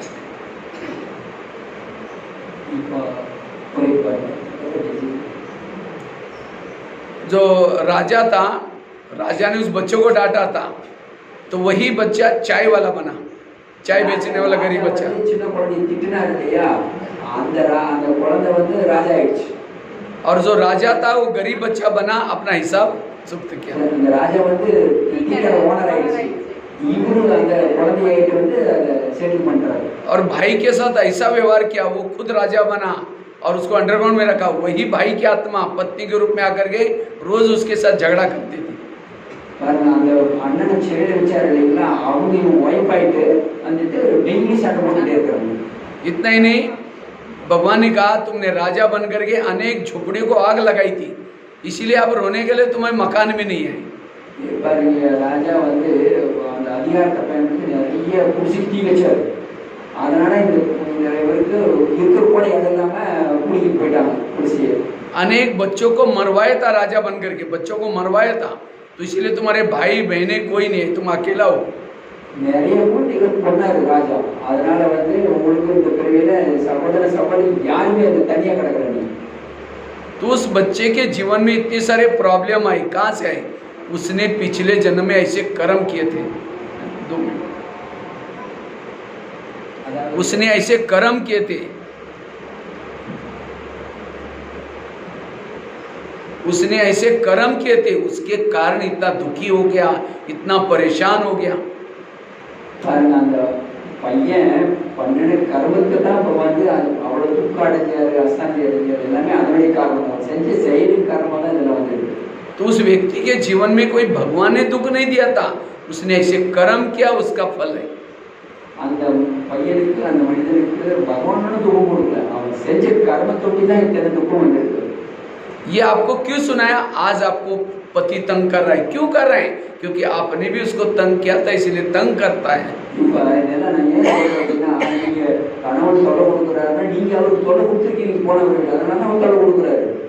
आपको जो सास मिले, बच्चे मिले, कई कहते माता है मेरे बच्चे मानती ही नहीं है, पता नहीं इतनी सहीता नहीं, क्यों नहीं मानते? आपका कर्मों का हिसाब है। இப்போ பாருங்க, கணவன் கிடைச்சாரு, குழந்தைகளுக்கு இருக்கிறாங்க, அவங்க உங்க பேச்சை கேட்க மாட்டேங்கிறாங்க. அது காரணம் என்ன? நீங்க அப்படி பண்ணிருக்கிறீங்க, கர்மத்துடைய கணக்கு தான் வந்து நிக்குது. कोई बच्चा माँ बाप ने होटल नहीं देखा, पैसा पैसा इकट्ठा किया, और वो बच्चा ऐसा शैतानी पैदा हुआ है, गलत संगत में जा रहे, नशा कर रहे, पैसा बर्बाद कर रहे, माँ बाप को टेंशन आ रहे, ये आपको सहन करना पड़ेगा, क्योंकि आपका हिसाब है। பாருங்க, ஒரு சில குழந்தைகள் வந்து பசங்க வந்து பேச்சு கேட்க மாட்டேங்கிறாங்க, தனி போறாங்க, தவறான செயலை செய்றாங்க. அதெல்லாம் நீ பொறுத்து தான் ஆகணும், நீ செஞ்ச கணக்கு தான் வந்து நிக்குது. इसलिए ये ज्ञान नहीं है, इसीलिए हम कहते हैं ये क्यों करता है मेरे साथ, और इसीलिए कभी कभी हमें सहन नहीं होता, इसीलिए हमें ये सब कुछ सहन करना है। இந்த ஞானம் இல்லாதனால நம்ம என்ன பண்ணி இப்படியே நடக்குது அப்படியே நடக்குது, ரொம்ப நாம டிஸ்டர்ப் ஆகிட்டு இருந்தோம். ஞானம் வந்துருச்சு இல்லையா, நம்ம செஞ்ச கர்மத்துடைய தான் நிற்குது, அதை புரிய வைக்கிறது தான் அவர் சொல்றாரு. आज हमें सब कुछ है, घर में एसी है, गाड़ी है, लेकिन आज हर व्यक्ति दुखी है, क्योंकि कर्मों का ज्ञान नहीं है। इसीलिए अगर मुझे सहन करना सीखना है, इसीलिए कर्म गति को समझना जरूरी है। இப்போ நிறைய பேர் சொத்து எல்லாமே கிடைக்குது, ஆனால் சந்தோஷமா சுகத்துக்கு அவங்களுக்கு கர்மத்தை பற்றி ரகசியம் தெரியவில்லை. நமக்கு பகவான் சொல்லி கொடுக்குறாரு. நமக்கு ஏன் இந்த பிரச்சனை வருதுன்னா, நம்ம செஞ்ச கர்மம் தான் இப்படி வருது. அதனால நம்ம என்ன பண்ணணும்? इसीलिए आजकल दुनिया में मर्डर हो रहे हैं, कोई सुसाइड कर रहे हैं, ये सब कर्मों का ज्ञान। इसलिए कर्म गति के ज्ञान के द्वारा हम सहन कर सकते हैं। कोई कुछ भी कहता है, ऐसी बातों को झाड़ दो, कई बातें, और इससे हम सहन शक्ति को बढ़ाना है। और जो सहनशील बनता है वो योग लगा सकता है, वो शांति का अनुभव कर सकता है। इसीलिए हमें सहन शक्ति की देवी बनना है। பாருங்க, நம்ம கர்மத்துடைய ஆழமான ரகசியம் புரிஞ்சுக்க அப்படின்னா சில விஷயங்கள் வந்து உதவி விட்டுருங்க, சில விஷயங்கள் பொறுத்து தான் ஆகணும். அந்த செகண்ட் செக்டருடைய தேதி ஆகிட்டு அந்த மாதிரி இருந்தீங்கன்னா தான் உங்களுக்கு யோகா நல்லா வரும். निगेटिव को पॉजिटिव में लाओ। किसी ने गाली दी, क्या समझो गाली नहीं दी, मेरे ऊपर गुलाब का फूल डाल दिया। जो संगम युग में आपको गाली देगा, दोपहर में रोज आपके मूर्ति के सामने गुलाब का फूल चढ़ाएगा, तो भगत चाहिए कि नहीं चाहिए? பாருங்க, உங்களுக்கு சங்கமத்தில் யார் திட்டுறாங்க, ரொம்ப அவமானப்படுத்துறாங்க, நீங்க அதை போட்டுக்கிட்டீங்கன்னா அவங்க யோகத்தை என்ன பண்ணுவாங்க? கோயிலில் வந்து அர்ச்சனை பண்ணாங்க, பூ போட்டுருப்பாங்க. अगर कोई परिचिंतन करेगा आपका, तो परिचिंतन करने वाला व्यक्ति आपका कीर्तन भजन गाने का काम करेगा। அவங்களை யாராவது பரிச்சந்தன் பண்ணிட்டு இருக்கிறாங்க அப்படின்னு உங்களை பற்றி யாராவது நினச்சின்னா அவங்கள கோபுரத்தை நீங்கள் கொடுத்துக்கிட்டீங்க, கோபுரத்தை தருங்க, கீர்த்தன் அர்ச்சனை சொல்லிட்டு இருப்பாங்க. इसलिए वर्तमान समय ये सहन शक्ति बहुत जरूरी है, और जिन्होंने इस ज्ञान के आधार से सहन करना सीखा, सारे वैल्यूज उसके पास आएंगे, उसका मन चुप रहेगा। और जिसका मन चुप है, जिसके संकल्प नहीं चलते, वो अशरीरी बन सकते हैं, विधेयी बन सकते हैं, वो ज्वाला स्वरूप बन सकते हैं, वो योगी बन सकते हैं। इसलिए सहन शक्ति को बढ़ाना, और उसके लिए मैंने 2 ही बातें सुनाई, और बहुत सारी बातें हैं, लेकिन टाइम हो जाएगा, इसलिए यहीं पूरा करेंगे। ओम शांति।